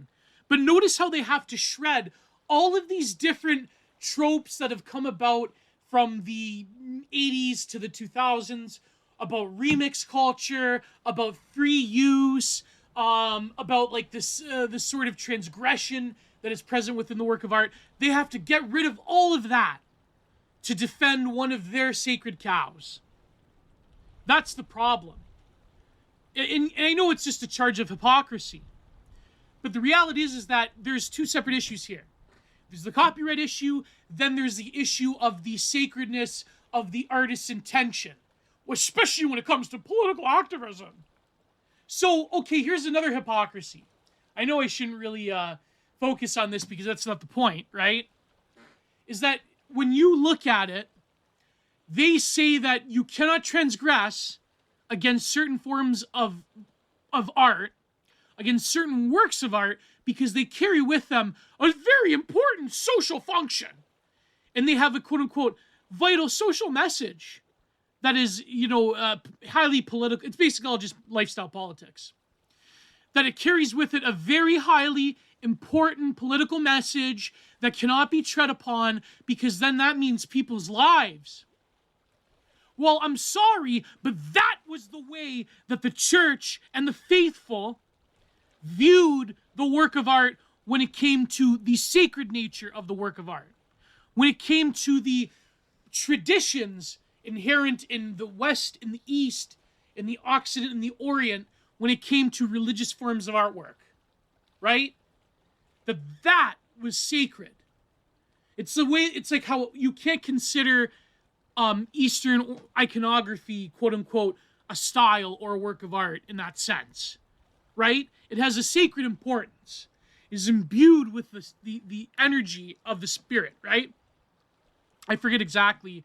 I'm not Orthodox. Don't quote me on it, but you know what I mean, right? It's imbued with a spiritual significance.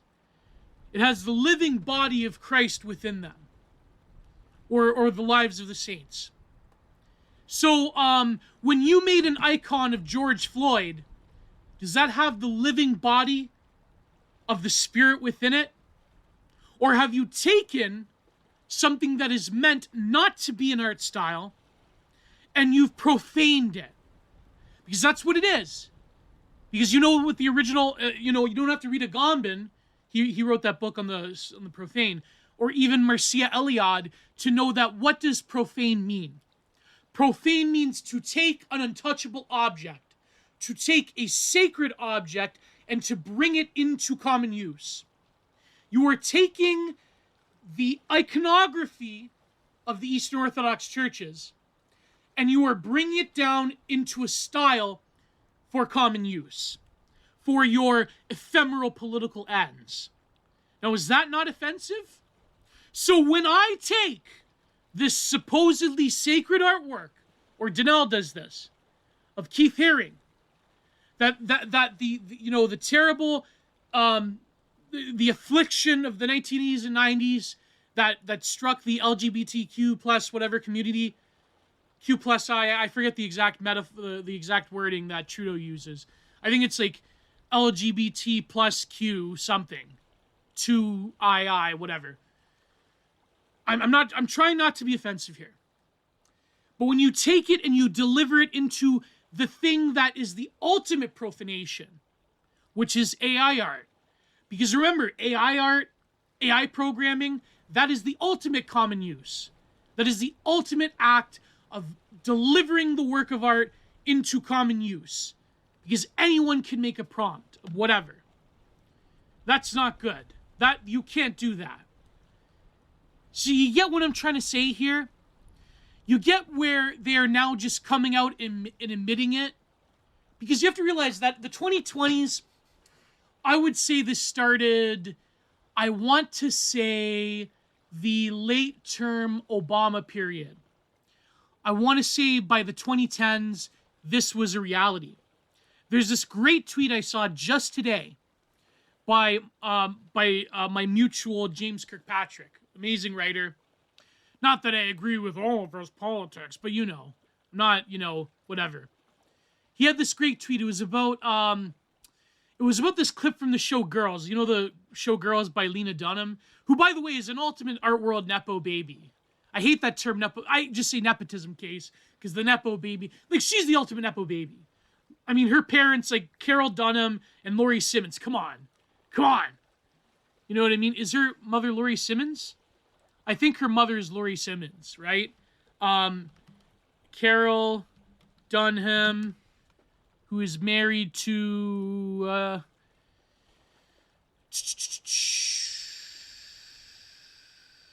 yes, Laurie Simmons. I was correct.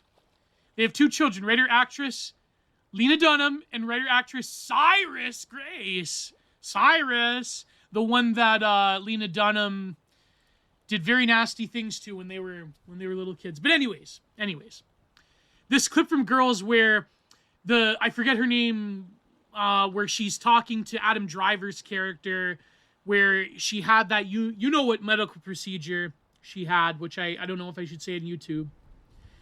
And she's very like girl boss about it, and so people were having this debate, and of course Adam Driver's character is upset because he's like, no, this is the first time I've ever gotten a woman pregnant. I'm upset because you've extinguished my lineage, which is what a normal person would say. But of course, in the context of girls, despite what certain New York podcasters say, but actually it's meant to criticize that they're all bad people, which I get. Okay, I'm not totally counter-signaling Times Square for their love of their love of girls, but I'm just saying that in the context of Lena Dunham's politics, we know that when this character, she has the stone cold girl boss intonation, where she's like, well, I'm not going to tell you the number of those procedures I've had because it's private. Well, first of all, if your girlfriend tells you something that, oh, it's private, and you want to build a life with her, that's kind of a red flag, no? She's like, I'm not going to ask you how many women you've gotten pregnant, because I've gotten none pregnant besides you. That's not private, because, we're supposed to be lovers, right? Anyways, there's a big debate today at the time of recording, and besides that, it's, girls is, whatever. I'm not going to, gonna go out of my way to watch it. Maybe I should. Maybe I shouldn't, actually. No, I'm probably not. And people were arguing back and forth, but the point being is that James Kirkpatrick had this brilliant tweet. He said, it's a pleasant thing about the reality that we're living in is that people, when it comes to politics, just come out and says it. Sorry, they just come out and say it. For example, mass immigration is good because it punishes Western civilization, and it's to pay for the crimes of colonialism. High crime rates are good because it affects white people. And of course, we want this medical procedure to be sacred and enshrined in law because we just love it. We love having the power over life and death. And they just come out and say it. Do you remember back in the day from the 70s onwards, what was the activist chant in all of those marches? Safe, legal, and rare. They don't say that anymore, do they? You know what they say nowadays? They say safe, legal, and on demand. So that tells you everything, right? The point being is that people, the beautiful, in some ways the horrendously beautiful thing about the world that we're living in is James Kirkpatrick is correct. People just come out and say it. And there's right-wingers that come out and say it too. I'm not going to deny that. I mean, of course, they have a coy way of going around it, but whatever. I'm also pissed off at the dissident right, but I'll get to the end of this before the paywalled version. I have something very important to say. So, people just come out and say it. So this person, Brooke Peachley, just comes out and says it. We don't like AIR because it, puts us out of work. And we don't like this because all of that spirit of transgression that the work of art had, that was all crap. What we really mean is that we only want to transgress against your value structures. When it comes to our values and our sacred cows and the works of art that we deem to have this utterly, prescient, whatever buzzwords they use, prescient and important works of art that have a social importance, and they're meant for a conversation, and they enshrine the events that have been mythologized within the modern progressive canon, at least in the Western world, right? It's like their attitude about the Spanish Civil War. There was a great piece by Niccolo Saldo that came out where he talked about the real history of the Spanish Civil War, where when these radical Republicans and socialists and anarchists, when they weren't pogroming right-wing people, they and loyalists to the monarchy, they were going after each other. And when they weren't doing that, they had this insane mania against the Catholic Church and this mass Jacobin style secularization. But nobody tells you that. They only tell you that end part. That is also a lie. Of these wholesome Chungus international core Spanish Republicans, that these beautiful writers and artists, they went to help these wholesome Chungus Spanish Republicans against the evil, nasty Austrian painters supported Franco. They don't mention about RPing nuns or redacting, redacting priests en masse. They don't mention that, though. They don't mention going into villages of innocent people that happen to be aligned with the old order and massacring them. They don't mention that, though. Of course they don't. Of course they don't. And we know that people deny reality. For example, people think that Rittenhouse he ended the lives of like, I don't know, African Americans during the Summer of Love. Like, people, they think this, right? They don't want to look at, like, a substantial number of people believe something completely obvious to the fact that was videotaped and that everyone can see. You know what I'm saying here? This is the world that we're living in. But the point being is that in some ways you shouldn't blackpill. You shouldn't despair over it. In fact, you should embrace it. Because now there is... You know what the root word of apocalypse means? I know this is like an old, I know this from like hours and hours of when I was younger, of listening to Terrence McKenna and Alan Watts and all those new agey videos. But the real root word of apocalypse means awakening. It means coming into fold. It means the pretensions of something being revealed. You know what I'm saying? So, in a way, we live in the age of an apocalypse. We live in a transparency society where the old little ironic pretensions and these appeals to civility and this like fake lip service recognition that we live in this open civil society, we have to get along with everybody, that's gone now.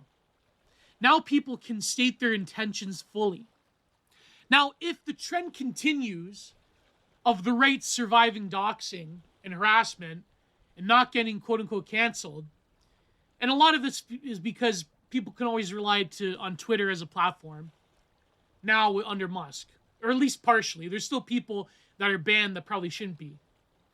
But, more or less, if you're a certain caliber, then you probably can survive. Like Banania, he got doxxed as Richard Hosty and nothing happened to him. He still has his book deal. But of course, maybe because he's like, whatever. The point being is that if that trend continues, then we will have a right-wing version of that as well. And we will live in a full-on transparency society to where people can just come out with their intentions. In fact, because of the machinations of online posting, people are encouraged to say their intentions. The more bombastic, the better. Anyways, I know that's a little rant, but I know people wanted me to talk about Fish Tank. So let's have another little break.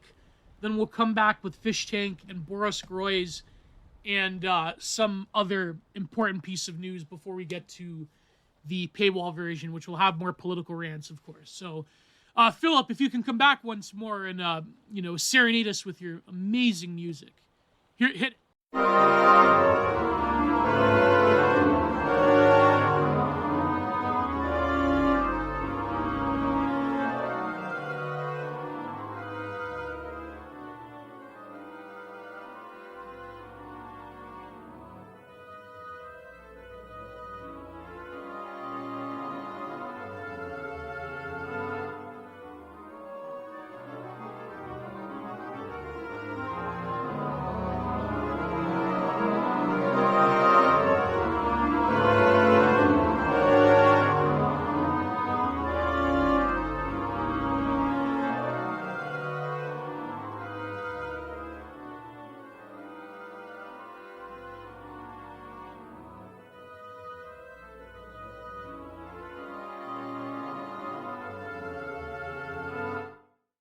All right, and we are back.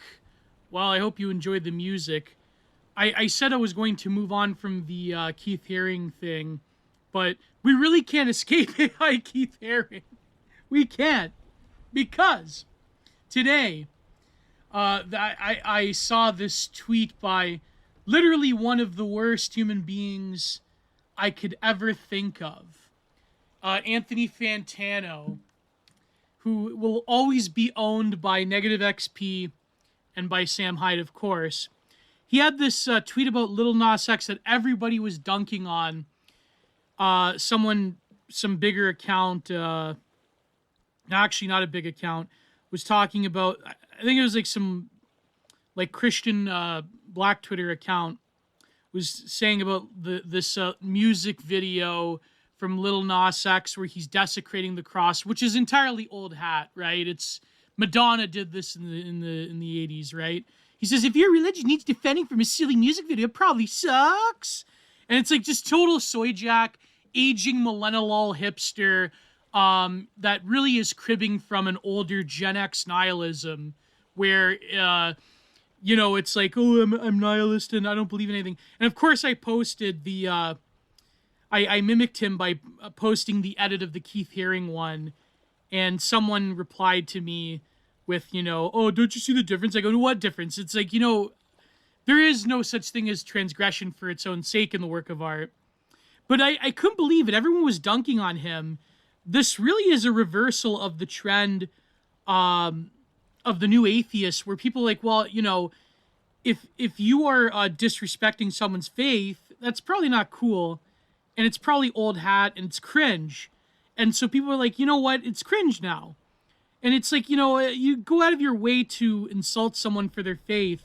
It really is an older form of like edgy selective nihilism. Because of course, when you transgress against their values, then they soy jack out. It's like this crying soy jack rage, which is really what Fantano is. Like he is he's a Norwood, approaching 40, aging hipster. And my good friend Wyram Hatcher had a great point.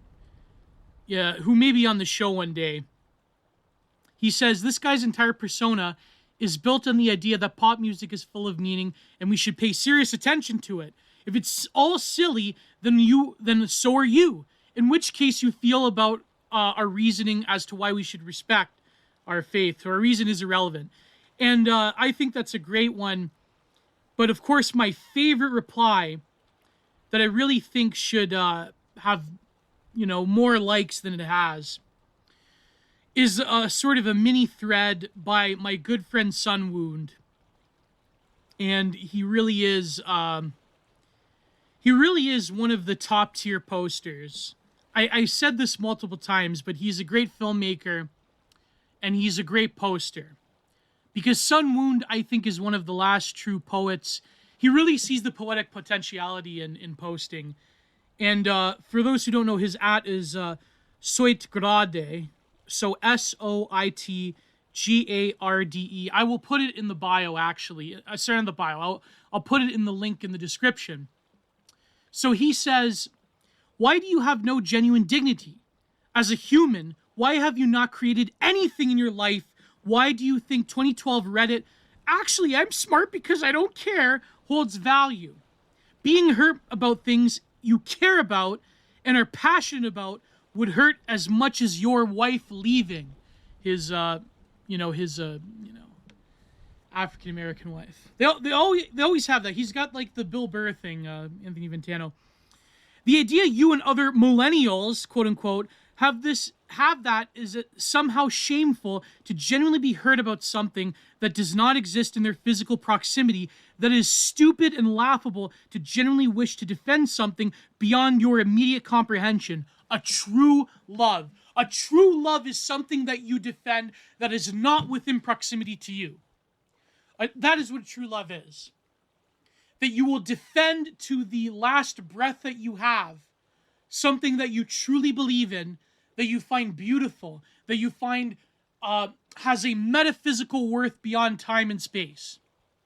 Even if it's not directly at your physical location or locality. That is what true love is. Something that Fantano can never comprehend. Because you have to remember something that Matthew the Stout said many moons ago. He said, Fantano is not a reviewer of music. He is a cartographer of sounds that he mimics. He does not genuinely feel passionate about music anymore in his heart. Maybe one time he did, but I highly doubt it. Because it's just content to him. It's just a cartography of sounds that he arbitrarily categorizes. And of course, he has to categorize them fully due to political considerations as well. Because God forbid that he gives a bad rating to a politically driven work that is full of the leftoid narratives. So then someone says, I understand that nothing matters to you but music and media because you are seriously incapable of fathoming something beyond consumption. You spiritually cannot comprehend why someone would love something beyond their comprehension, because that is, silly. Then someone replies, you're talking to a cardboard cutout human created by boomers and Gen X. The response that you elicit will be jaded to apathy. Nothing you can say will break the crust of these people's brains. They are lost. And that is the truth of it. They are lost. Anthony Fantano is beyond redemption and beyond salvation. Because, when you really contemplate, and I guess this is a Kierkegaardian analysis, that when you contemplate the absurdity of Christ on the cross and his resurrection, and to love something that is beyond your comprehension, we can never contemplate the mysteries of God. Yet we love them anyways. We can never really truly grasp the magnitude and, in a lot of ways, the absurdity of existence. Even the absurdity of, from a scientific perspective, of a singular cell organism being provoked into an evolution, into complex life forms with thoughts and feelings and activities, and building things that are many, many times heavier and more complicated than ourselves. When you look at a train that can carry 200 carts, when you look at a dam, like the when you look at something like the channeling of rivers, the tunneling through mountains, the very complicated subterranean systems and bunkers and silos, and these vast and complex machines, these oil rigs and so forth. When you look at how human hands can create something heavy and terrifying, that's just us. Now imagine the scale of our Creator. You really can't wrap your head around it. You can't even wrap your head around the vastness of space. But the difference between someone like Fantano, who has this very atheistic, Carl Sagan, like, we live in a pale blue dot, and we're just nothing, and we're specks of dust, and we're meaningless. That's not the case. To create an infinite meaning from that. By the way, Sagan was a race, you know what I mean, LGBT race communist, if you know what I mean. Because he had this clip about, in the future, all these science fiction like Star Trek, they're always white people. Why are there always white people? It's like, he was the model for this like Reddit, wholesome Chungus, I don't believe in anything, but I do believe in LGBTQ plus I rights and BLM and so forth. It's like, I don't believe in anything, but I believe in current political orthodoxies. That is what Anthony Fantano and Reddit selective nihilism is. And it's beyond absurd. But we live in the time of absurdities. It's just today at recording, I've come across this other absurdity that I should share, but I don't think I could share the cover image because it has a naughty no-no flag in the background. But let me get to it. So imagine this. Now it could either be an image from the South, the Appalachians, or it could be an image from maybe someplace in Eastern Europe. But it's an image of a family. And they are in full Muslim attire. And he's a ginger-beard white guy. His wife is in a burqa. Like, I'm talking Afghanistan style, like full body covered burqa. And she's wearing Hello Kitty slippers, and they're holding a baby, and they have a rebel flag in the background, the Confederate flag. And that's like, I remember I said on Twitter, this is the perfect, what did I say on Twitter? Oh yes, I said that globalization is a surrealist abstract machine that channels content. And I thought that was so profound to see this this image. And it's crazy. Let me actually find the tweet because someone had a very pertinent reply to it that I thought was quite good. And it's just because think of it like these different cultures that have collided together to form a whole. Whereas, and I know, like, okay, the meme that people have said, like the leftoids, right? They have said this for years now. Well, since the Bush years, right? Since GOWAD, the global war on terror, they had the whole like Y'all Qaeda thing, where they were trying to compare, like you would say MAGA chuds now, but you'd say like just normal conservatives, trying to like compare them to the Al Qaeda, like the radical Islam, and oh yeah, so his at is what if we give up, solace of Chthon. It's like the Shimmer in Annihilation. Everything. Oh, Annihilation's actually a great Alex Garland film. I highly recommend it. It's like the Shimmer in Annihilation. Everything mushes into the other, but no real coherent, to use, formation exists. Maybe I need to sit down and read Deleuze. Maybe. Because there's a cross-reference of signifiers. There's a bleeding together. And it's funny how I maybe shouldn't talk about this. I might end up on some list if I'm not already on some list. I probably am on some list. But there's a lot of far-right figures in Europe who have converted to radical Islam. There's one guy in particular, but I probably shouldn't say his name. I think I said it on stream once. He was like a Satanist, but then he became, he was like a far-right Satanist, but then he converted to radical Islam. Yeah, so there's, put it this way, this is not an uncommon phenomenon. I mean, it's a rarity, but it's not uncommon. There's far-right people that have converted to Islam.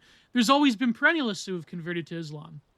But I thought it was a funny image because it really does show that there is, well, for example, I know it's for different reasons, but a lot of like breakaway groups have used that flag of the, the bars and the, solid color, the X.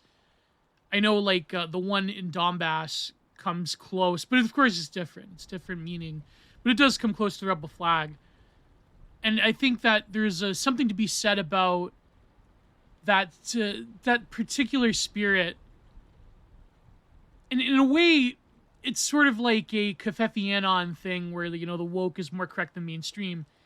There was something to that where you rebel against the degeneration of the West to such a degree that you find an antithesis to that. And what is the ultimate antithesis that has a full incorporation of lifestyle, of spirituality, of aesthetics even? It's Islam. Well, it's one of them, but Islam is a particularly strong one. Although I would say that if you look behind the scenes, the radical Islam thing was more or less contained. Because, I mean, let's face it, a lot of these groups were created by intelligence agencies, as we've known for years. We've known for decades, actually. But that's besides the point. The point being is that they talk, like, there's all these documentaries about radicalization. There was this one journalist, I believe, was a immigrant from Afghanistan or Iraq. And it talks about this, like, white guy. There's, like, he compiled like hours and hours of interviews with this guy who ended up fighting for one of these radical Islamist cells in Syria, I believe. I remember watching this mini doc, and they're going to release a book on him, and I believe he actually got while he was doing his tour of duty. And well, that's also funny how you take radical disaffected youth and then you like send them to Syria to fight the Assad government. The way that these irony leftists went and fought for the Kurds, and they were really obsessed with the what were they called, YPA, Y something, YK, the Syrian group that the TrueAnon guy was a part of. I believe that guy, I thought that guy made fun of me on Twitter once. I forget, but anyways, he was the Belden guy. He fought with he was coordinating bomb runs with the CIA. With the Kurds in Syria. And it's funny because I think it was Chapo Trap House that said that They weren't going to talk about Syria. But it is crazy how you do have these conglomeration of signifiers that are melting together in this like one image.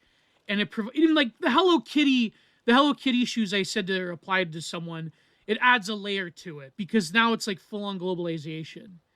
This is really quite something else. So there's a sort of riff or uncoupling of things, and it's, there's one reply I got from a follower. His name is Wal WAL 7575, and he goes McLuhan and James Poulos, who I don't know. I don't think James Poulos likes me because I was part of Thermidor magazine. He had like a little tiff with my former editor. Anyways, I don't know. I don't know if James Poulos knows who I am. But anyways, McLuhan and James Poulos teach us that content is irrelevant. It's only the effects of digital that matter. This picture contains an attempt to regain lost physical and spiritual identity. And yes, this is true. This is of course true. And people are like, oh, this is Tradwife Maxing. And Tradwife Maxing. It is quite funny. But in a way it does demonstrate that only a thing such as this can exist in our world. And there's an image that you see that does indicate that we truly live in a different landscape. That there are, as the world becomes interconnected, people drop out or attempt to drop out, but have to still engage within this world. It's like how political factions talk about each other. There's this sort of, which is another thing I want to talk about, the media literacy thing. Maybe I'll save the media literacy rant for the paywalled version of this podcast. But there is a sort of a sense that when you monitor a lot of like leftist spaces, the way they talk about the right is like you're a disease and you're this aberration and everything you touch is evil, and there's something, but when you think about it, you still have to live in a world with millions of people that have a disagreement. But it's just that it's funny because in our time we break things down to such a degree politically that we really don't think of the vast majority of human history was not like this. The vast majority of human history did have their traditionalisms and did think about things differently. And politics was sort of the business of running a civilization or a society or running a political order. But nowadays, because politics becomes a facticity of everyday life and ingratiates itself into everything, we have to sort of haggle for our very existence. And this also includes the political right.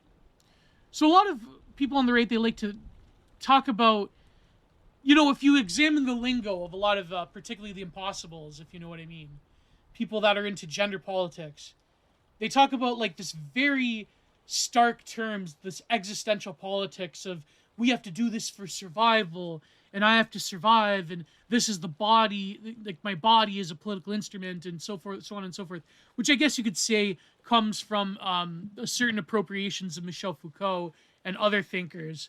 But I think like the political right is starting to think about these things because of the normalization of a lot of, like, for lack of a better term, like HBD trutherism or like identity politics of a different variety. And then we have to think of things as, like, I remember there was always, like, you can like go to Wignac content that existed in the 80s. I remember this interview I watched with the guy that is from the goth band Werewolf Radio. What's his name? Shrek? Is it Nicholas Shrek? Yes. And he was talking about his vision, and it's like a lot, like back in the day you could have like explicitly far right, like white nationalist politics, but it hit differently in terms of like trying to create culture around that. Because nowadays you'll be hounded by Antifa and you'll be hounded by the federal government, and also it just comes off as kind of like, it comes off as kind of not cringe. Well, I guess cringe, but like it comes off as try-hardy and there's an image template since 2017 of like trying to do like this quote unquote explicitly white culture. But back in the day, like a lot of these older, like these like oldest of old heads that were flirting with like, a lot of like nowadays by today's standards is like edgelord content, right? Like talking about like the natural aristocracy and Nietzsche and Europeans and then a lot of them of course had flirtations with the Church of Satan. I believe Shrek married Anton LaVey's daughter, if I recall. And so, Boyd Rice was, it's kind of like, it is like what Pill Eater says. It's like right wing, it's like white nationalist queer culture, It's like, I am an art freak, but like, here's how I'm doing it. I'm like this, So, as an art freak myself, I think like it's very interesting to look at that old media. But it's funny because they were contextualizing things as, it oddly rhymes with current right-wing politics. It's just that at one end you have two extremes. You have like the very far, like you have the LARPers who go to rallies and that are tracked by Antifa, and you have people that have the symbols and have all of the regalia and have a very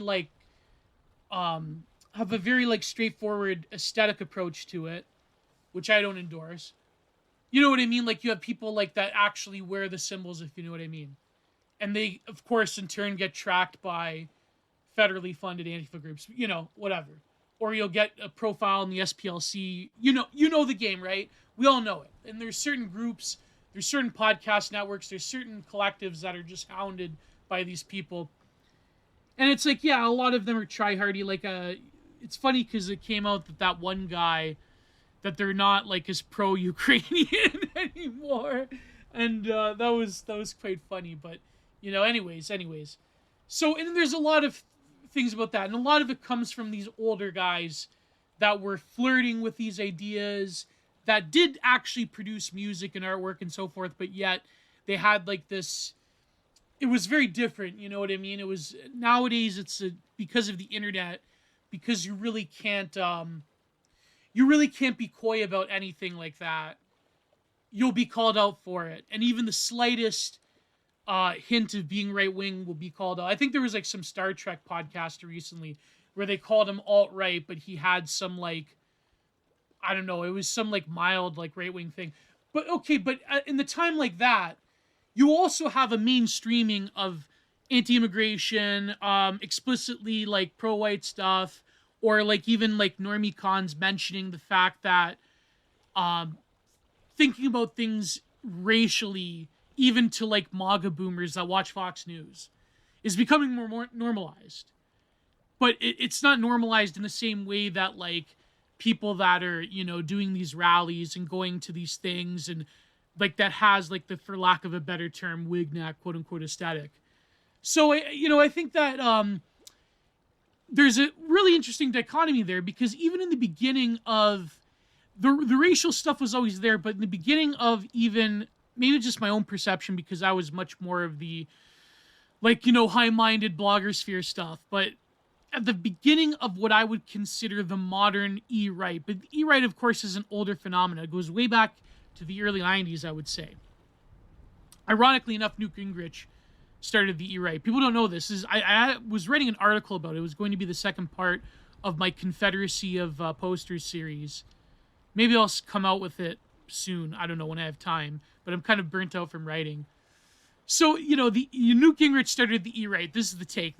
It's true. It's 100% true. And I have academic sources to back this up. Anyways, nowadays, the E-right, the racial stuff was important. It was there. But I noticed that it's sort of taken center stage as all these other sources of meaning, they get shut off, or discourse in the E-right changes to where it's like, no, this is the most important thing, the anti-immigration thing. And as the world in general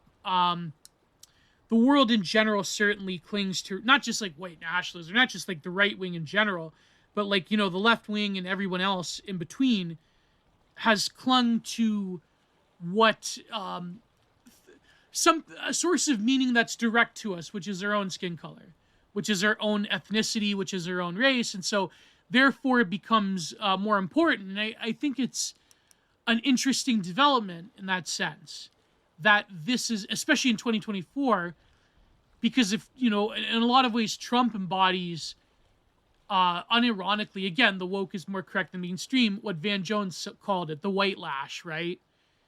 Because I think that's a watershed for, when people talk about defending the Western way of life and defending our civilization, it's like, what do they mean by that? Who constitutes Western civilization? There you go, right? So I think that the 2020s, as opposed to the 2010s blogger sphere, or rather the magazines that constitute the right, as opposed to the 2000s blogger sphere, there's much more of a consistent, like, coming out and just saying it. Even Charlie Kirk is coming out and just saying it, right? Then no, actually, white people are becoming a minority in our country, blah, blah, blah. And so therefore, it's very interesting to think about these things, because at the same time, we still have the blowover from an older era of globalization in the 1990s up into the 2000s, where these cross-signaling and cross-cutting of culture is still a thing. And it was celebrated and treated as beautiful, and it's like, now the world's going to be connected. But as that vision became interrupted, especially in the 2010s, and as the Western world became more insular, it was only until the 2020s, after Clownvid, that we start to think about geopolitics a bit more. You have to really think about that from the middle Obama period, and this trend accelerated under Clownvid, the Clownvidian era. Westerners didn't really care about the rest of the world at all. Especially Americans and North Americans, Canadians as well. And it's only until recently that we are forced, as the world opens up once more, to think about geopolitics. And along with thinking about geopolitics, we think about those other things, those other issues with globalization. So in a way, it's understandable that you have these two opposing forces. You have a political left that has demonized the right wing and has nothing to do with it, and doesn't really believe in a quote-unquote civil society or an open society in which we have to tolerate each other. The political right has never believed in that. Conservatives still like to pretend, but whatever. They're dead weight. They're, racial politics on all sides seems to be the primary issue. But at the same time, we still have on the margins these like weird crossovers of culture that are bred together by globalization. And so this is, and I said this in the reply, like, this is the schizoculture of the world in ways that even Deleuze and Guattari could not have foreseen. This is the real cross-cutting. But of course, like, they thought it was going to be like this beautiful artistic thing. And of course they were leftists, so they had like a particular romanticism about it. And, as much as because at the, near the end, Deleuze, he, like Foucault, sort of like sloughed off his Marxism. And so therefore he was open to a much more postmodern understanding of things, especially Guattari. And I think that romanticism gives way to other aspects of modernity that is very scary to the sort of cultural leftist elite and the media elite. But at the same time, I think that there's limitations with, well, for example, like the stereotypical Duganite thesis, third worldist, third positionism thing, where it's like the global south was uprising against the moral degeneration and the homogenizing force of the West. I think on Twitter, like that one Canadian academic who had to leave for obvious reasons, the university, Duchesne, he like tweeted about this. And, for a long time I was, I think there's something to it, right? I still have a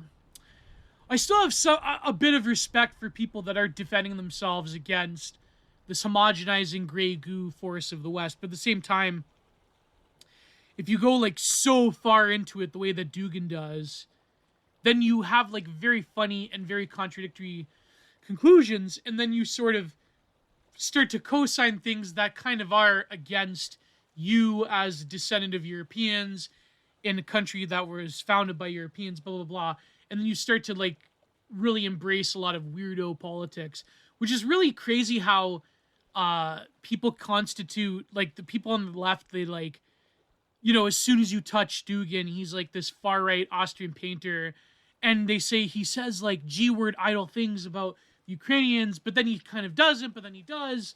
He's, you know, he's a bundle of contradictions.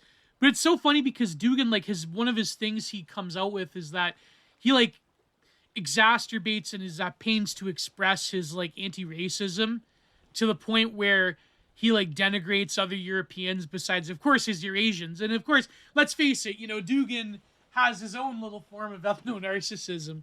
Let's face it, you know what I mean?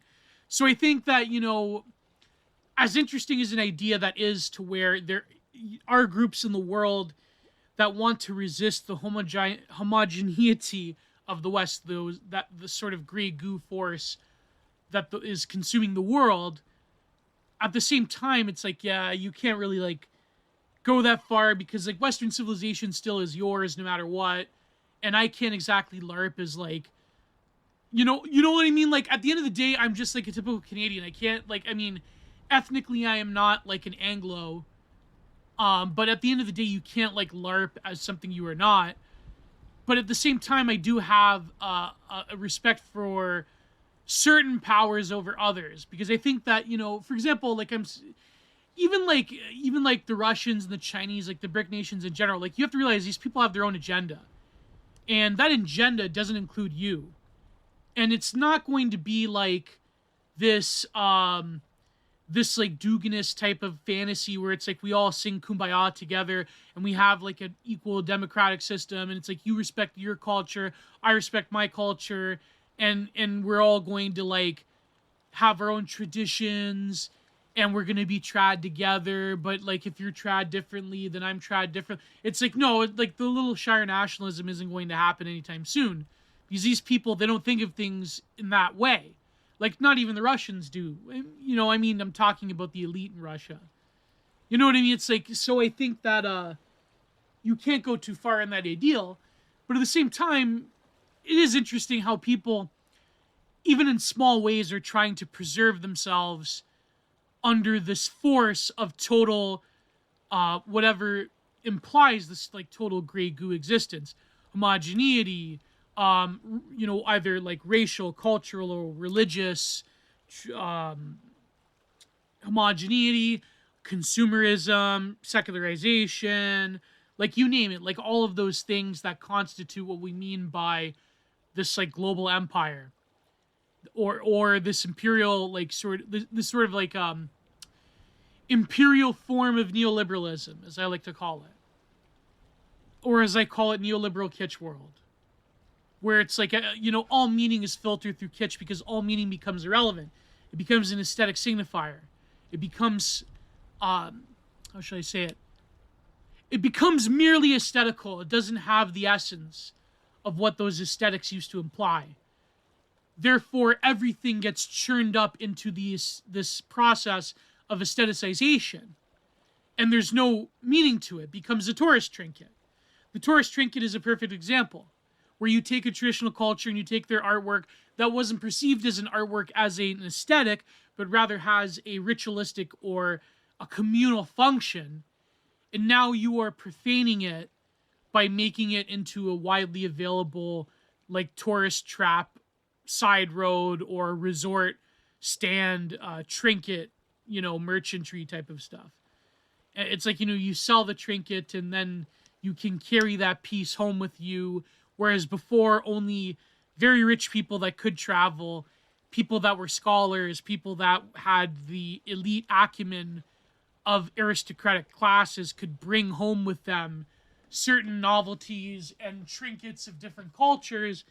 You know, you have like the typical British officer that spends time around the globe, wherever the empire takes him to, and he comes home with all of these trinkets from his journey. like that's an older model. It may have been a proto version of what even like normies can have in the West now.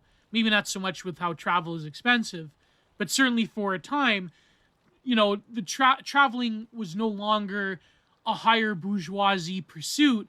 It became like even like a prole can like board a plane and go somewhere. So yeah, that's the way that I think about globalization. You have to think of these things, and I think this is a lesson from Deleuze and Guattari, is that you have to think of these things territorially. You have to think of these things as a grid, a geography of a globe with different antipods, different species that only go with same species. Broken branch. No, but like different species crossing into each other, and there's sort of a genetic and cultural drift. If we were to think of culture as a genome, if we think of culture, like that's what memes are. It's like a viral model of culture. And to think of them as a mimetic contagion. Like a lot of this is a basis of my book. To think of this at the same time, there is a wave of closure. Because what does the political right want? It wants, in some ways, a transparency of politics, a closure of society, a way of containing civilizations and societies and peoples, a way of preserving that basis of genetic, cultural, religious, ethnographic diversity. And I think like there were people, like even people I don't necessarily agree with, like Greg Johnson, who I have severe criticisms of. And he probably would hate me for a variety of reasons too. There's people like in the older, like pre-2016 iteration of the E-Right that did try to like formulate a lot of like academic lingo that was very similar to a lot of like leftist postmodernist thinkers. And I like to think I helped a lot in that in some small way, where it's like you think of these things as like I'm preserving culture and I'm going to preserve the genetic and cultural and the diversity and the identities of different peoples, and we're going to have our sort of approach of openness to this idea of containing ourselves and to preserve different cultures, and that we should be respected. And there's a lot of like academic lingo that you can read that and it's a lot of like these white nationalists were like appropriating this lingo. Not that I was like doing it for white, like, I was more of a theory cell. White nationalism is a complicated word. You know what I mean? Like, but I think like, there are people like countercurrents comes to mind, like this old head type of stuff where you're like taking, and I think the hairdo tried to do this as well, even before me, where it's like you're taking academic lingo and you are trying to craft a way of stating your politics without it being cast as suspicious and evil and so forth and exclusionary. Which, I mean, really, not but like 10, 15, 20 years ago, it is true, like a lot of these ideas, they, you know what I mean? Like they weren't like as, there wasn't an apparatus of panic around them.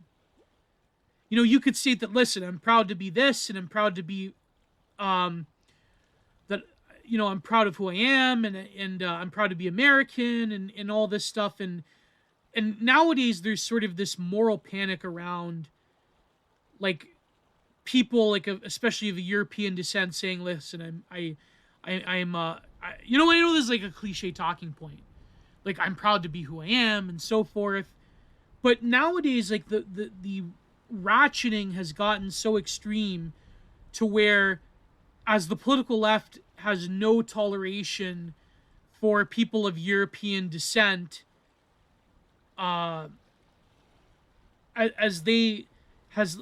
no tolerance for it whatsoever, then the political right, even like normies on the political right, go and say, you know what, actually, yeah, you are right. I love being who I am. And it's like, I'm not going to hide it anymore. So, yeah, I think that there is a very And I can't help but think that a lot of this comes down to the way that globalization has manifested within the last, I would say, 20 or 15 years even. You know what I mean? Like there is a very interesting development that has happened, and it could have potentially, and this is like the ontological possibilities of things, it could have potentially manifested differently. It could have been something that was completely different. It could have maintained those more positive elements that was what I call the global 90s cafe, the 90s new age cafe. You know what I mean? It could have been that. It could have been something that was, more you respect other people's cultures, and we're like in this awakening, and everyone's gearing towards online life, and you know what I mean. And so, but nowadays we have a very negative picture of that, and this I think goes into nostalgia as well, and really, why people will actually give up the Western way of being for a culture that is largely alien to them. They will do it because it gives them a sort of hope that they can potentially have a different meaning in their life, that they can engage in things differently.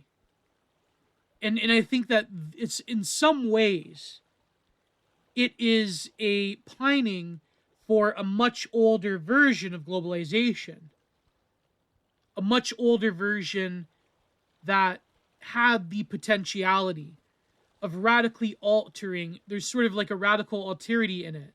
Nowadays, everything becomes banal and everything becomes kitschified, and there's no excitement in it because you are constantly engaged in a sort of battle for your own survival, and you're engaged in a culture war politics that doesn't let up on the fact that you're engaging in a battle for what you think is your way of life that was probably lost a long time ago. And at the same time, you are exposed to an ethno-narcissism and a triumphalism of everybody else. So this like exciting engagement with the other and globalization and the promises of it in a stateless society. And like even today I saw some deluded person that had like Fukuyamist in their bio. It's like, that's gone. That's over with. There's no optimism in that anymore. It could have been different. We could have stayed within the early internet, early 2000s reality, where we did have the global new age cafe rather than the global airport. But nowadays things are so different that people either escape to other cultures and they become like a sort of weird abjected alien, kind of like the couple there, or they dwell down on the remnants of Western civilization. I mean, from my perspective. Or you can become a sort of like rootless consumerist cosmopolitan that doesn't really think about these things and goes along with the consensus, which is like normie thought. And you know what I mean? And so like the normie will, that's sort of what constitutes the normie, is sort of like a form of bad faith, really, at the end of the day, where you go along with existence without really taking the reins of it. You are like everybody else. And there's a lot of contradictions to that you really don't think about, because you can't, because if people have the ability to think about them, they will go crazy. And maybe they would become a radical Islamist, or they try to like LARP as their previous ethnicity, or they'll try to adopt some other identity that they're inspired by, but they really can't touch, because of course that's cultural appropriation. And before, cultural appropriation used to be a good thing, but now it's like you can't do it because you're inauthentic, and the quest for authenticity itself is called into question. But of course nowadays those politics of questioning authenticity is gone, because now a lot of people, especially people on the political left, they live through media franchises and they live through mass media content and entertainment, and like that is the real turbo normie. Like it is true what Bap said once, where the left is like a cult of normiedom. The left is a cult of normalization, because now they've crafted the world as like their normal. It's like this, like even their aesthetic and their art style always has that as well, and which I cover in my book. You know, I remember there's one passage where I was describing this particular form of like post-Tumblr art style that it basically is like that woman, or is she identified as a woman? I forget. I don't want to misgender. The has-been hotel person. What's her name? Vivian. I actually watched Hell of a Boss, or I watched most of it. It was all right. It was not like, I don't know, it was kind of all right. But, you know, but people are freaking out over this has-been hotel thing. And, is it called Has-Been Hotel? I think it's called that. Yes, let me see. Yes, it's... Why am I doubting myself? I always do this. I know it's Has-Been Hotel. Has-Been Hotel, exactly. Yeah, it's the same person. So, Vivian? Is that Vivian? Vizpop, that's the name. Vizipop. It's like there's a million versions of fan art in this style, and it's all the same. And it's like, this is like neoliberal kitsch personified, really, honestly. It's all these MB kids with their Wacom tablets pumping out this hideous kitsch. I can't stand it. But anyways, yes, like, so that's what I mean. There was a potentiality for globalization to manifest differently, at least culturally, but we don't live in that world anymore. And I think that it's a tragedy. It's a tragedy in a lot of ways, because we could have had something different, something that was genuinely exciting, instead of something that was mundane and banal and kitschified.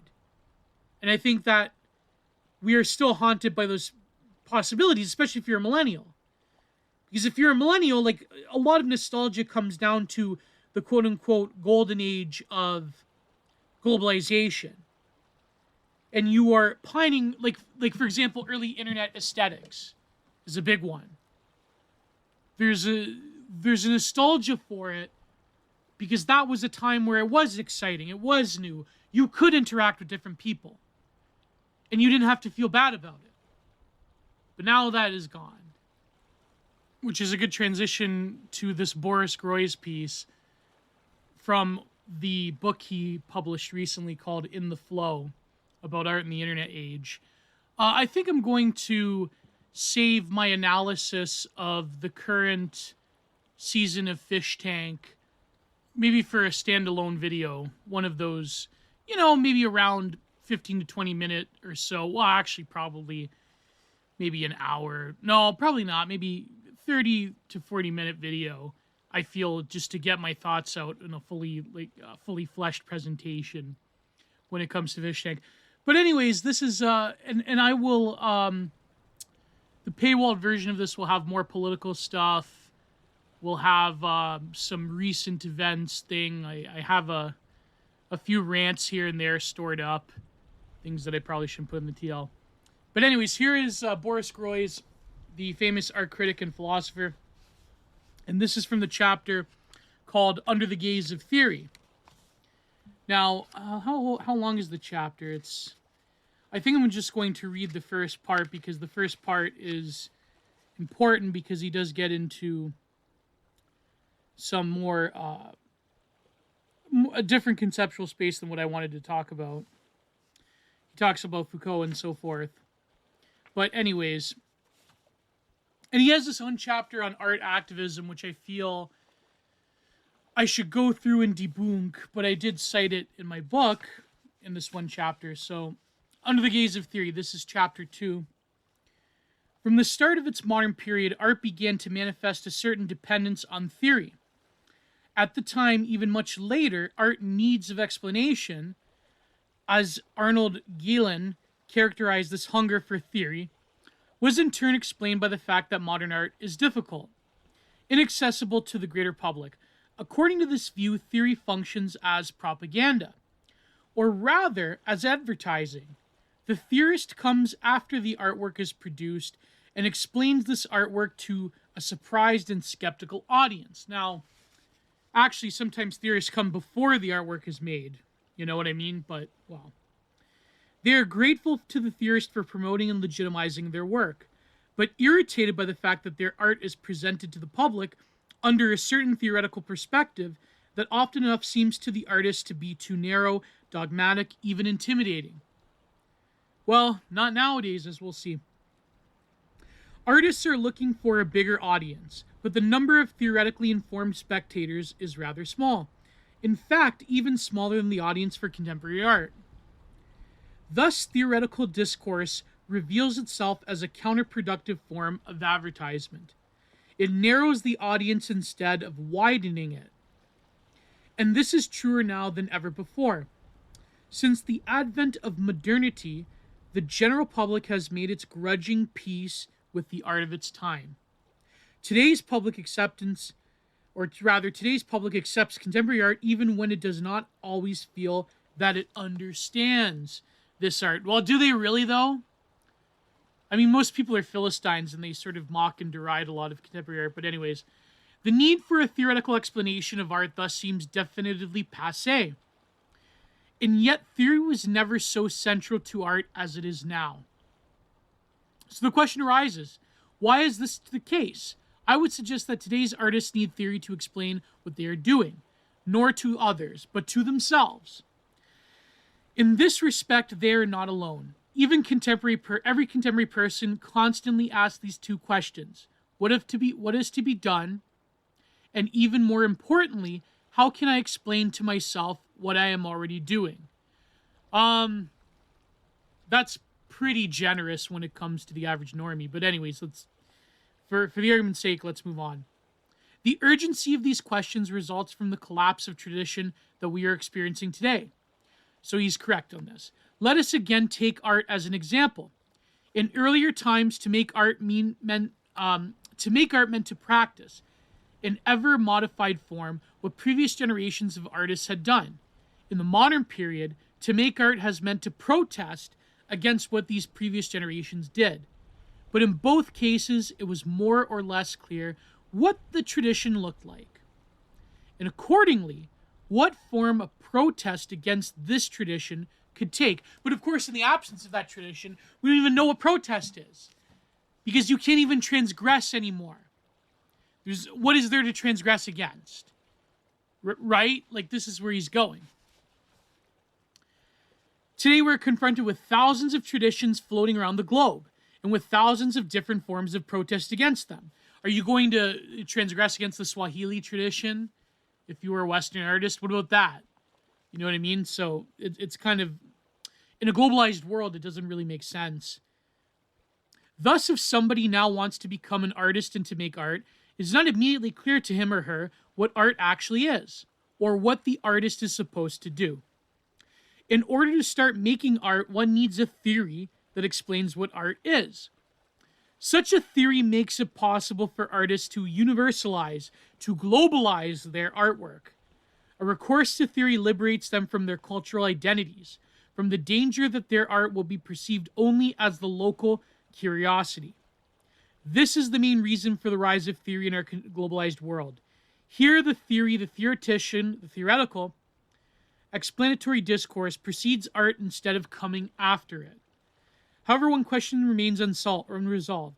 If we live in a time where every activity has to begin with a theoretical explanation of what this activity is, then one can draw the conclusion that we are living after the end of art. Because art was traditionally opposed to reason, rationalist logic, rationality, covering it was said, the domain of the irrational, emotional, theoretically unpredictable and unexplainable. Indeed, from the very start, Western philosophy was extremely critical of art and rejected art outright as nothing other than a machine for the production of fictions and illusions. For Plato to understand the world, to achieve truth of the world, one had to follow not one's imagination, but rather one's reason.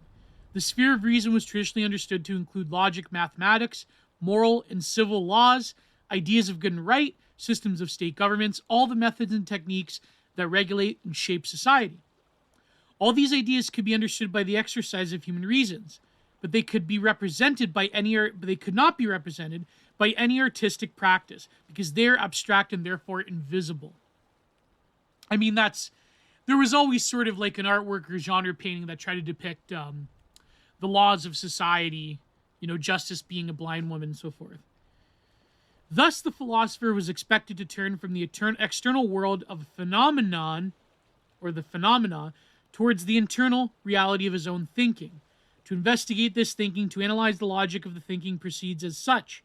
Only in this way would the philosopher reach the condition of reason, as the universal mode of thinking that unites all reasonable subjects, including, as Edmund Husserl said, gods, angels, demons, and humans.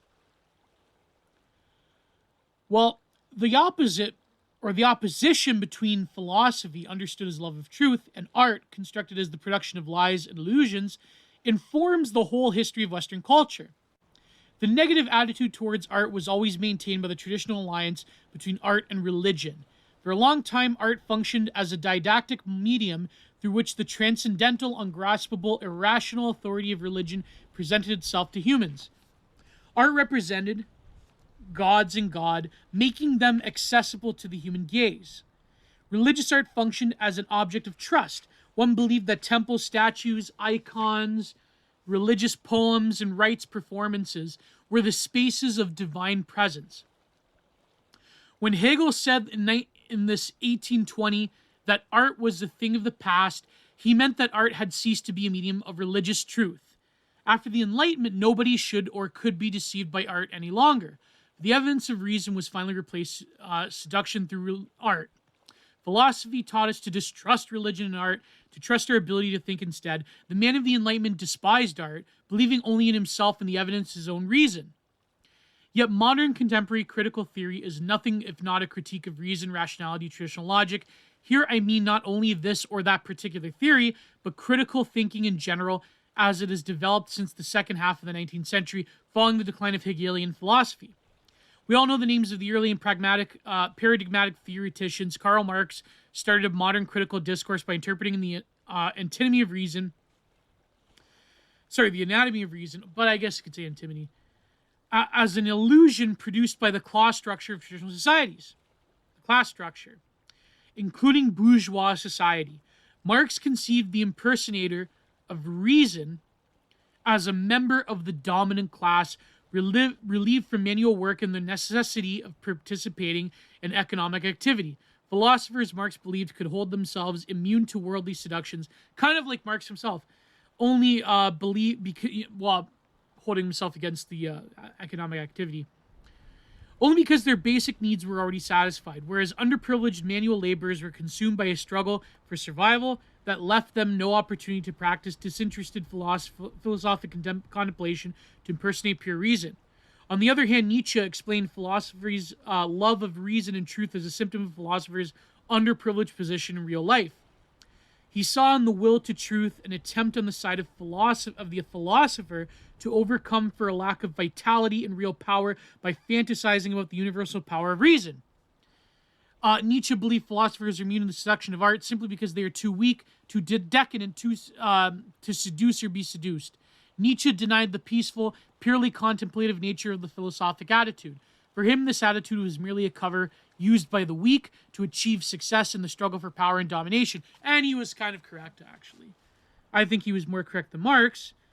But anyway, so let's get to another point. He talks about Foucault here in the chapter about God. Where is it? Let me see. Okay, so this is the page over. To live is to be exposed as living, not as dead, to the gaze of the other.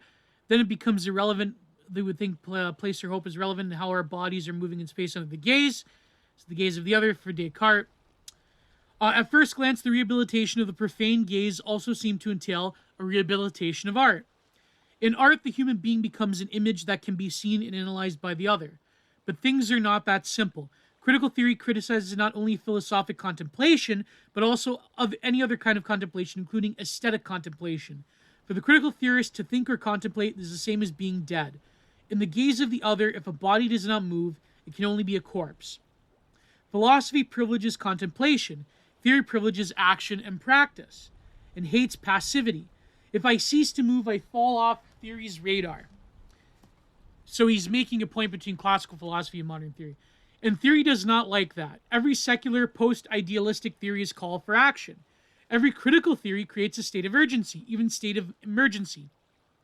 Theory tells us that we are merely mortal, material organisms. And of course, they're getting this from Marx, and they're butchering Foucault as well. And we then have little time to our real disposal. We cannot waste our time in contemplation. Rather, we must act here and now. Time does not wait and does not have enough time for further delay. And while it is of course true that every theory offers certain overview, an explanation of the world, or explanation of why the world cannot be explained, these theoretical descriptions and scenarios play only instrumental and transitory roles. This is where theory demonstrates its solidarity with the general mode of our time. In earlier times, recreation meant passive contemplation. In their free time, people went to theaters, cinema, or museums, or stayed home to read books or watch TV. Guy Debord described this as a society of the spectacle. A society in which freedom took the form of free time associated with passivity and escape from ordinary living conditions. But today's society is unlike the spectator society and the spectacle society. In their free time, people work. They travel, play sports, and exercise. They don't read books. They write for Facebook, Twitter, and other social media. They do not look at art, but instead take photos or film videos and send them to relatives and family. People have become very active indeed. They design their free time by doing much more kinds of work. Their actions of human bodies correlate with the media world, which is dominated by moving images, whether video or film or video. Indeed, one cannot represent the movement of thought or the state of contemplation through these media. One cannot represent the movement even through the traditional arts. Rodin's famous statue, The Thinker, actually presents a guy resting after working out at a gym. The movement of thought is invisible. Thus, it cannot be represented by a contemporary culture orientated towards visually transmissible information. So one can say that theory's call to action fits very well with the contemporary media environment. So we live under theory. So then he goes on, but so then he talks about how this impacts the work of art. So let's go to to Foucault, the human body and human animality does indeed manifest itself through deviation of the program, through error, through madness, chaos, and unpredictability. This is why contemporary art often tends to thematize deviation and error. This is everything that breaks away. So yeah, you have like contemporary art where like a computer program displays error codes, and that's like the whole of it. So, we have a very interesting form of inversion. The artist imitates and establishes himself or herself as similar or equal to many organisms, figures, objects, phenomena that will never become part of any democratic process.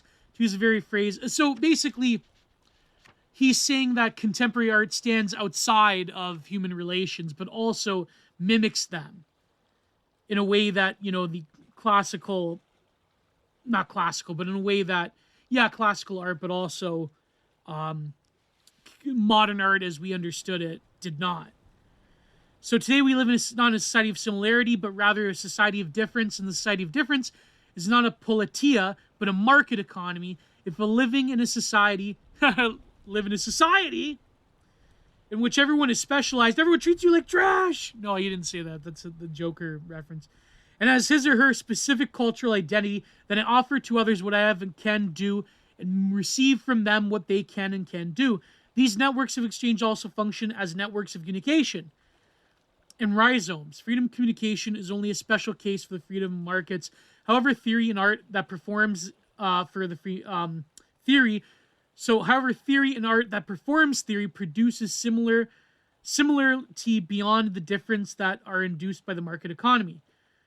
And so theory and art can compensate for the absence of traditional commodities and commonalities.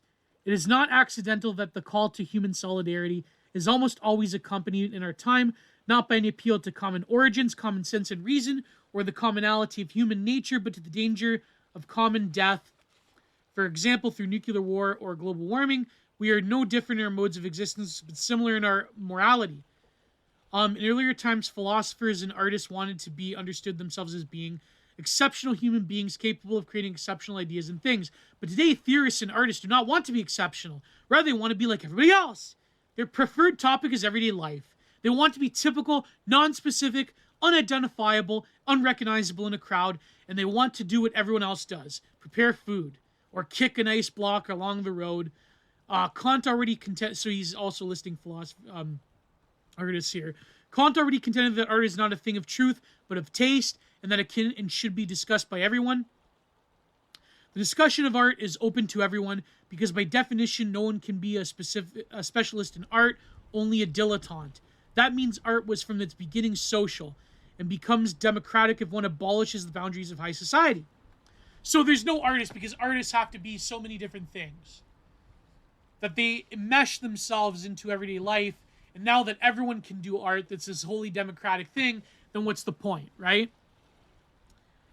So the artist is trying to universalize things, and is trying to connect things together in the absence of things that actually did connect us together.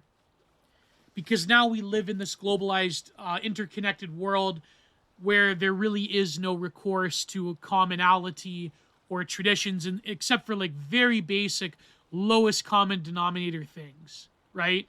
Like I'm talking like culture, industry, slop.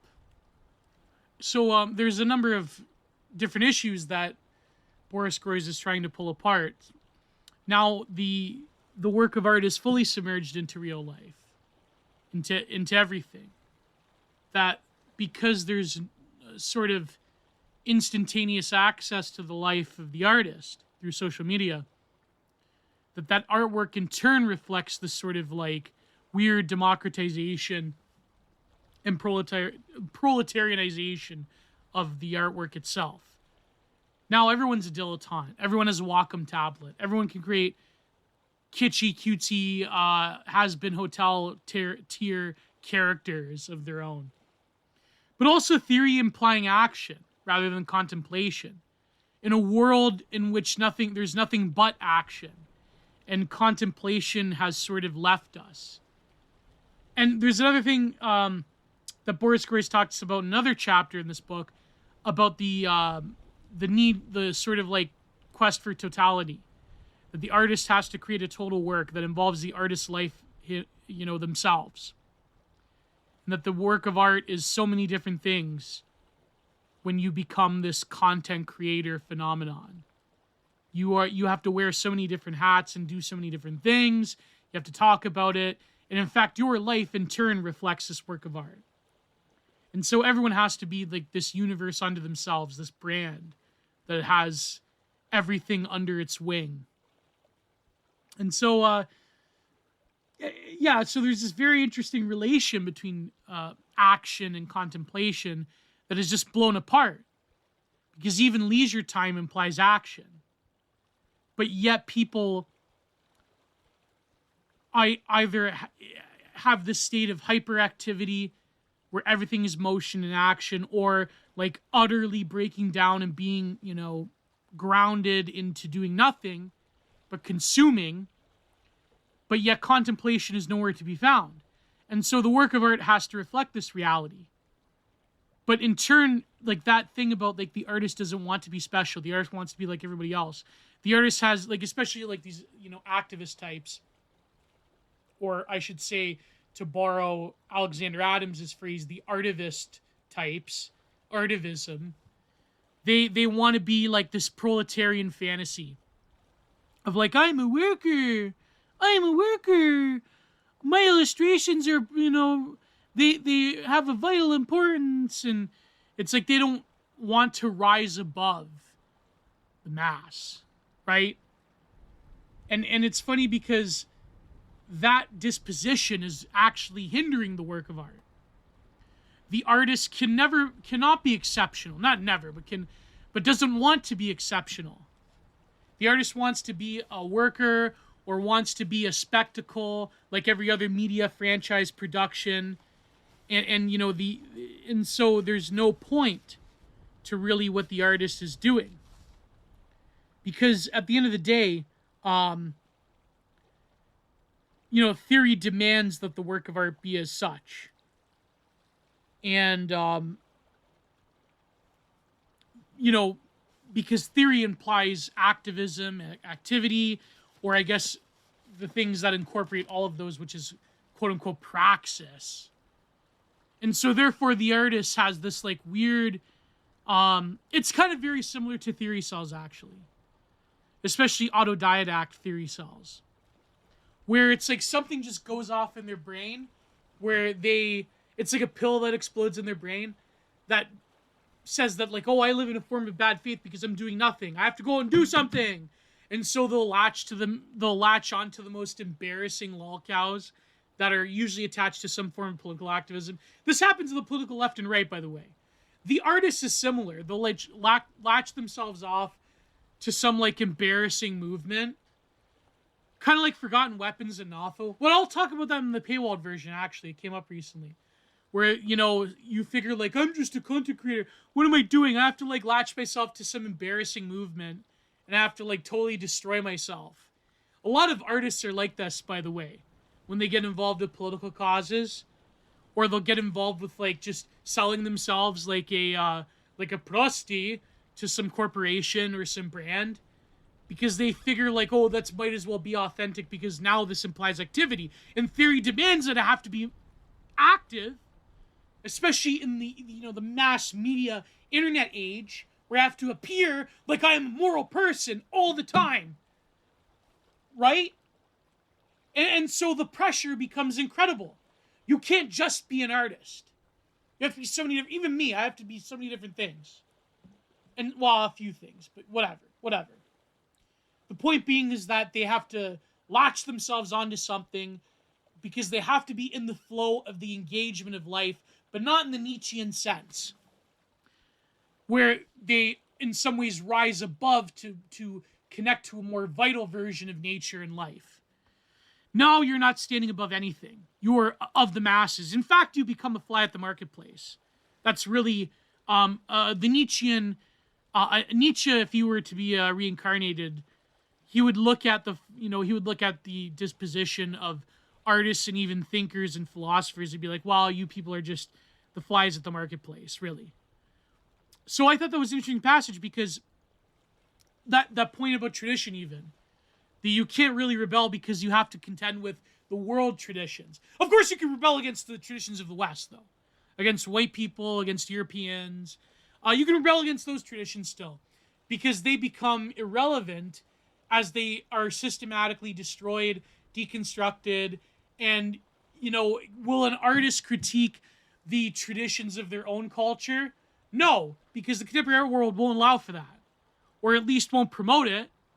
Because how dare they? Because that could potentially, God forbid, play into the hands of racists, and so therefore you can't really critique the traditions that are present in the global South and their lineages, even though they may be oppressive or whatever. You can't really do it because you have to be sold as I am an artist from this region of Africa or this region of Asia or Latin America. Like I can't critique my traditions in the way that a Western-born artist can critique, Western traditions as racist or phobic of all sorts, isms of all sorts, and it just won't work because you have to sell yourself in the contemporary art world as I'm a representative of this thing. And if I critique that thing, then that's no bueno because that can play into the hands of more educated racists who are on the internet and who can, critique things at a higher level than your garden variety crass racist, right? So there's funny how those Enlightenment values of critiquing tradition, they can't extend to the rest of the world because of the neurotic culture and lifestyle politics of the West. Sorry, I'm clicking my pen. I really shouldn't. It's an expensive It's an expensive, not really that expensive. It was only like $30, but it's I finally found a rollerball pen that I can put fountain ink in with a pump, and I'm very happy because you can do different. I like how with like because they're not archival, any like Bic or like any roller pens or gel pens, but you can do like different tones, and I like how they flow. But now I found one with I can put Noodler's fountain pen ink. This is the only fountain pen ink I use is Noodler's, because frankly I want to support Nathan Tardif, who is a based boomer, and he makes it all by hand, and so anyways, that's a distraction. So yeah, I think like there's obviously I would recommend In the Flow. Of course, you have to realize that Boris Groys, he still has like that teary like glimmer in his eye when it comes to globalization. He is a communist. And I think like a lot of the like Soviet nostalgic or Maoist nostalgic types, they can come off. I think this explains people like Hawes and Caleb Maupin and what's his name, Jackson Hinkole. It wasn't my point. I think it was a point of Nicolo Salo, or I think it was Nicolo Saldo, or it was it may have been Nightmare Vision. It may have been Nightmare Vision. Oh, I think it was Nicholas Salo that said like the appeal of people like Hawes and Jackson Hinkole and Caleb Maupin is that because they're like weirdo tanky Soviet nostalgists or Maoist nostalgists, they can come off as seeming traditional to the basic conservative. They can come off as seeming traditional because they have the root of tradition, which is nostalgia in the internet age. So because they critique like the decadence of the West and so forth, they can come off as seeming more traditionalist than they are, even though they are like communists.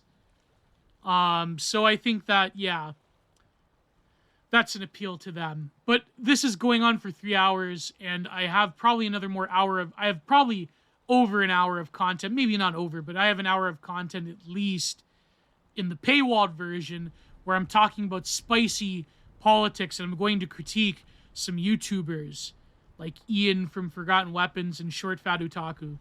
I have this 2 rants saved up. But what's leading into this rant... Oh, also some other very terrible people on YouTube. Anyways, I wanted to leave this episode of Content Minded with a sad message, with a eulogy of sorts. We've all heard the news about Coach Red Pill, Gonzalo Lira, and his untimely demise at the hands of the Ukrainian state. And I don't know how much I can say on YouTube, but there are people in the State Department that knew about his health condition, that knew about the reprisals. I'm going to speak more about him in the paywalled version because I'm skeptical of YouTube. But just, I want to say that there are people that knew about him at the highest levels, and they did nothing for a reason. And I expected people to gloat over his demise. I didn't expect the amount of people on the political right to do so. But let me just say that I knew him a little bit. I mean, I talked to him here and there. And of course, when I quit Follow the Rules, he gave me a lot of helpful tips. And I actually wrote them down in my journal. And it's by the way, if you subscribe to content, if you subscribe to Patreon or Substack, the audio version is actually available for subscribers. Where is it? What night? I signed it, actually. I said we came on stream at 1 a.m. He came on stream, and he gave me some tips on how to do content. When I left Lev, and here it is. I signed it. And he said, Gio, you're not afraid of failure, you're afraid of success. And this was May 13th, 2022, at 1 a.m., where I wrote, I took a stand and I to change myself and my life forever on this day. Because I finally achieved what I wanted for very long, which was to be on my own. And let me say that Coach Red Pill, as I knew him, his name's Gonzalo Lira, but we all know Coach Kino, Coach Red Pill. He was a very flawed person. And he admitted in his life, on multiple videos, he admitted that he was a flawed human being that has done wrong. And a lot of people hate him for many reasons.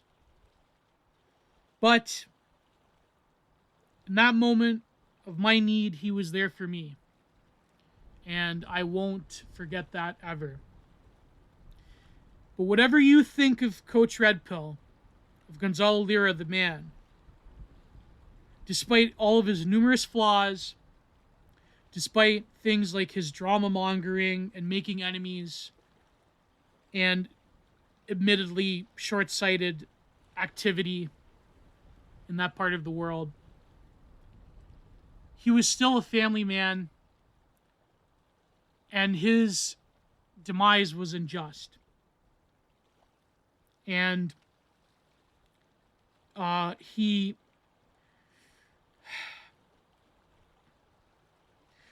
think when people talk about what he did and why he did it, I remember one conversation I had on Zoom once, and I asked him about it. I said, "Why didn't you leave?" And he said, "No, I think I have to be here." He's like, "I think I have to be here." And I think his type of personality was such that he felt compelled to be a part of history. Even though, anyone else would have been like, no, I mean, if you're going to go against a backwards, third world, corrupt, authoritarian regime that isn't this beacon of democracy like these people in the West think it is, because they've been lied to and propagandized by the media, then why would you stay there? Either he thought that the Russians were going to take Kharkov way sooner, but I think it was more than that. And I saw that, I remember when I watched his videos when he was in Kiev, when the everything happened in 2022 when it started. I could see that he was driven by the notion that he could be a part of history, or he could be there for a part of history. And however reckless and dangerous and short-sighted it was in terms of preservation, I feel like that was a big motivator for why he stayed. And, the lies that people have told about him are incredible. He did a lot of bad things in his life. He did a lot of hurtful things. And he, even to his own admission, hurt people. He was, he was kind of a greasy guy. I'm not gonna lie. But to say like he was I'll talk about it in the paywall, but let's say that the charges against him that he was spying and like this is ridiculous. Like this one fetal alcohol syndrome faced YouTuber with this video saying, "Oh, Gonzalo Lira wasn't a journalist." Yeah, okay, no, you know what? He wasn't a journalist. Is anybody a journalist nowadays? Are the journalists there from the Western media, are they real journalists? Like, think about this for a moment. Why? Because he doesn't have the OINST, whatever that acronym is, and he doesn't shill for your I'll talk about why these people are so heavily invested in the paywalled version. But I just wanted to say something at the end here that may Gonzalo Lira find peace in another life. May his soul find peace. And what happened to him was unjust, even though he may have been admittedly provocative in what he was doing. And, it's very eerie to have like some brief, however brief it was. I only talked to him a handful of times. But it really does pull at you the human cost of things when you actually know somebody. And the fact that the Western media has met it with utter silence, and people that are YouTubers or other types on Twitter and social media who are in the know, they drag up his videos out of context, and I don't co-sign a lot of what he said is Coach Red Pill. You know what I mean? Some of those videos are entertaining, but if you want to criticize somebody for manosphere thought, it's quite easy. And people, they share images that were at the time around Gamergate, they were meant as joke images, like that one where he was in the Murdoch t-shirt. And, and they're gloating over him, understandably, because these people, well, I'll get to it in the paywalled version. But, as much as I don't agree with a lot of what he said in those videos, and as much as he himself was a deeply flawed individual, I would ask that you pray for the soul of Gonzalo Lira. You pray especially for his children, his wife that he left behind, who may also still who may be visited persecution upon them by the regime in Kiev. And I hope people set aside their differences, because a lot of people were like, oh, he was mean to me once on Twitter, therefore he deserved it.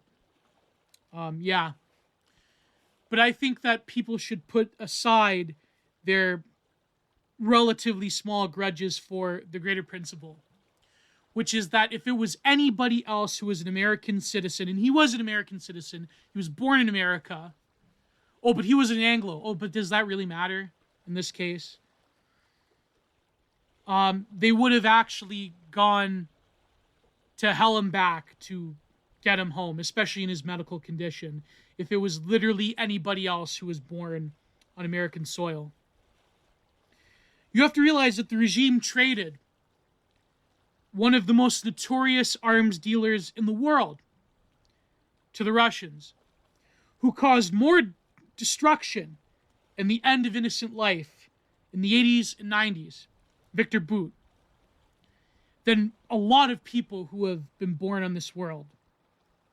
They traded him for some African-American basketball player of a certain lifestyle disposition, and they went to hell and high water to do this. But another American citizen on a regime that is basically being supported by the American tax dollar, that cannot survive, in fact, without the U.S. security state. But they can't do a simple request to get an American citizen, out of the country in a dire medical situation. So whatever you think of Coach Red Pill, of Gonzalo Lira, his end was unjust and could have been prevented. And for the people on the political right, because we all know that the left and the people that are shilling for this corrupt authoritarian regime that is supported by the State Department, and of course the corrupt regime in Washington, to all the people on the political right that had various disagreements with Gonzalo Lira in his life, and are now gloating over him and his passing, you know, they would do the same to you. They would abandon you if you were in that situation. There are many people on the political right who are so captivated by the far right in Ukraine that they volunteered as cannon fodder. And does the U.S. State Department, do they care about you? They don't care about you. In fact, they're happy because they got rid of two birds with one stone. They have a loyal and fanatical, ideologically driven soldier among the ranks in Ukraine. And if they can get rid of their domestic far-right problem, then that's fine. But I saw an article today that even the far right is abandoning that particular cause. I don't know how valid that is or the validity of that particular group that they were talking about in this news article. But to all the people on the political right, I understand that he was a very hard character to get along with. And, and I understand why a lot of people, you know, they felt personally offended by him. But those feelings should be set aside in a time of injustice. So once again, I pray for the family and pray for the soul of Gonzalo Lira. And that's pretty much all I wanted to say. But I will talk a little bit more about his case in the paywalled version coming right up.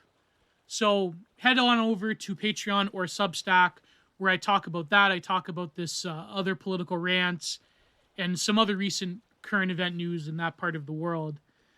So yes, take it away. I'll see you over there. Thank you for listening to the Content Minded Podcast, where every Wednesday there are interesting guests, amazing ideas, solo streams, and discussions on a diverse array of topics from art, philosophy, history, and more. The free version will be available both here on YouTube and as a downloadable link on Anchor and Spotify, as well as on Substack.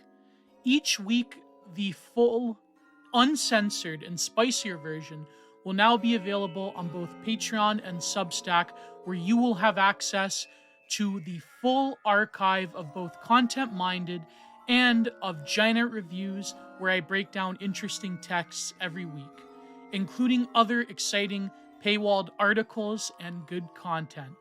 Thank you all. Please like, share, and subscribe. God bless. Goodbye. Help keep the content renaissance alive. Too sweet.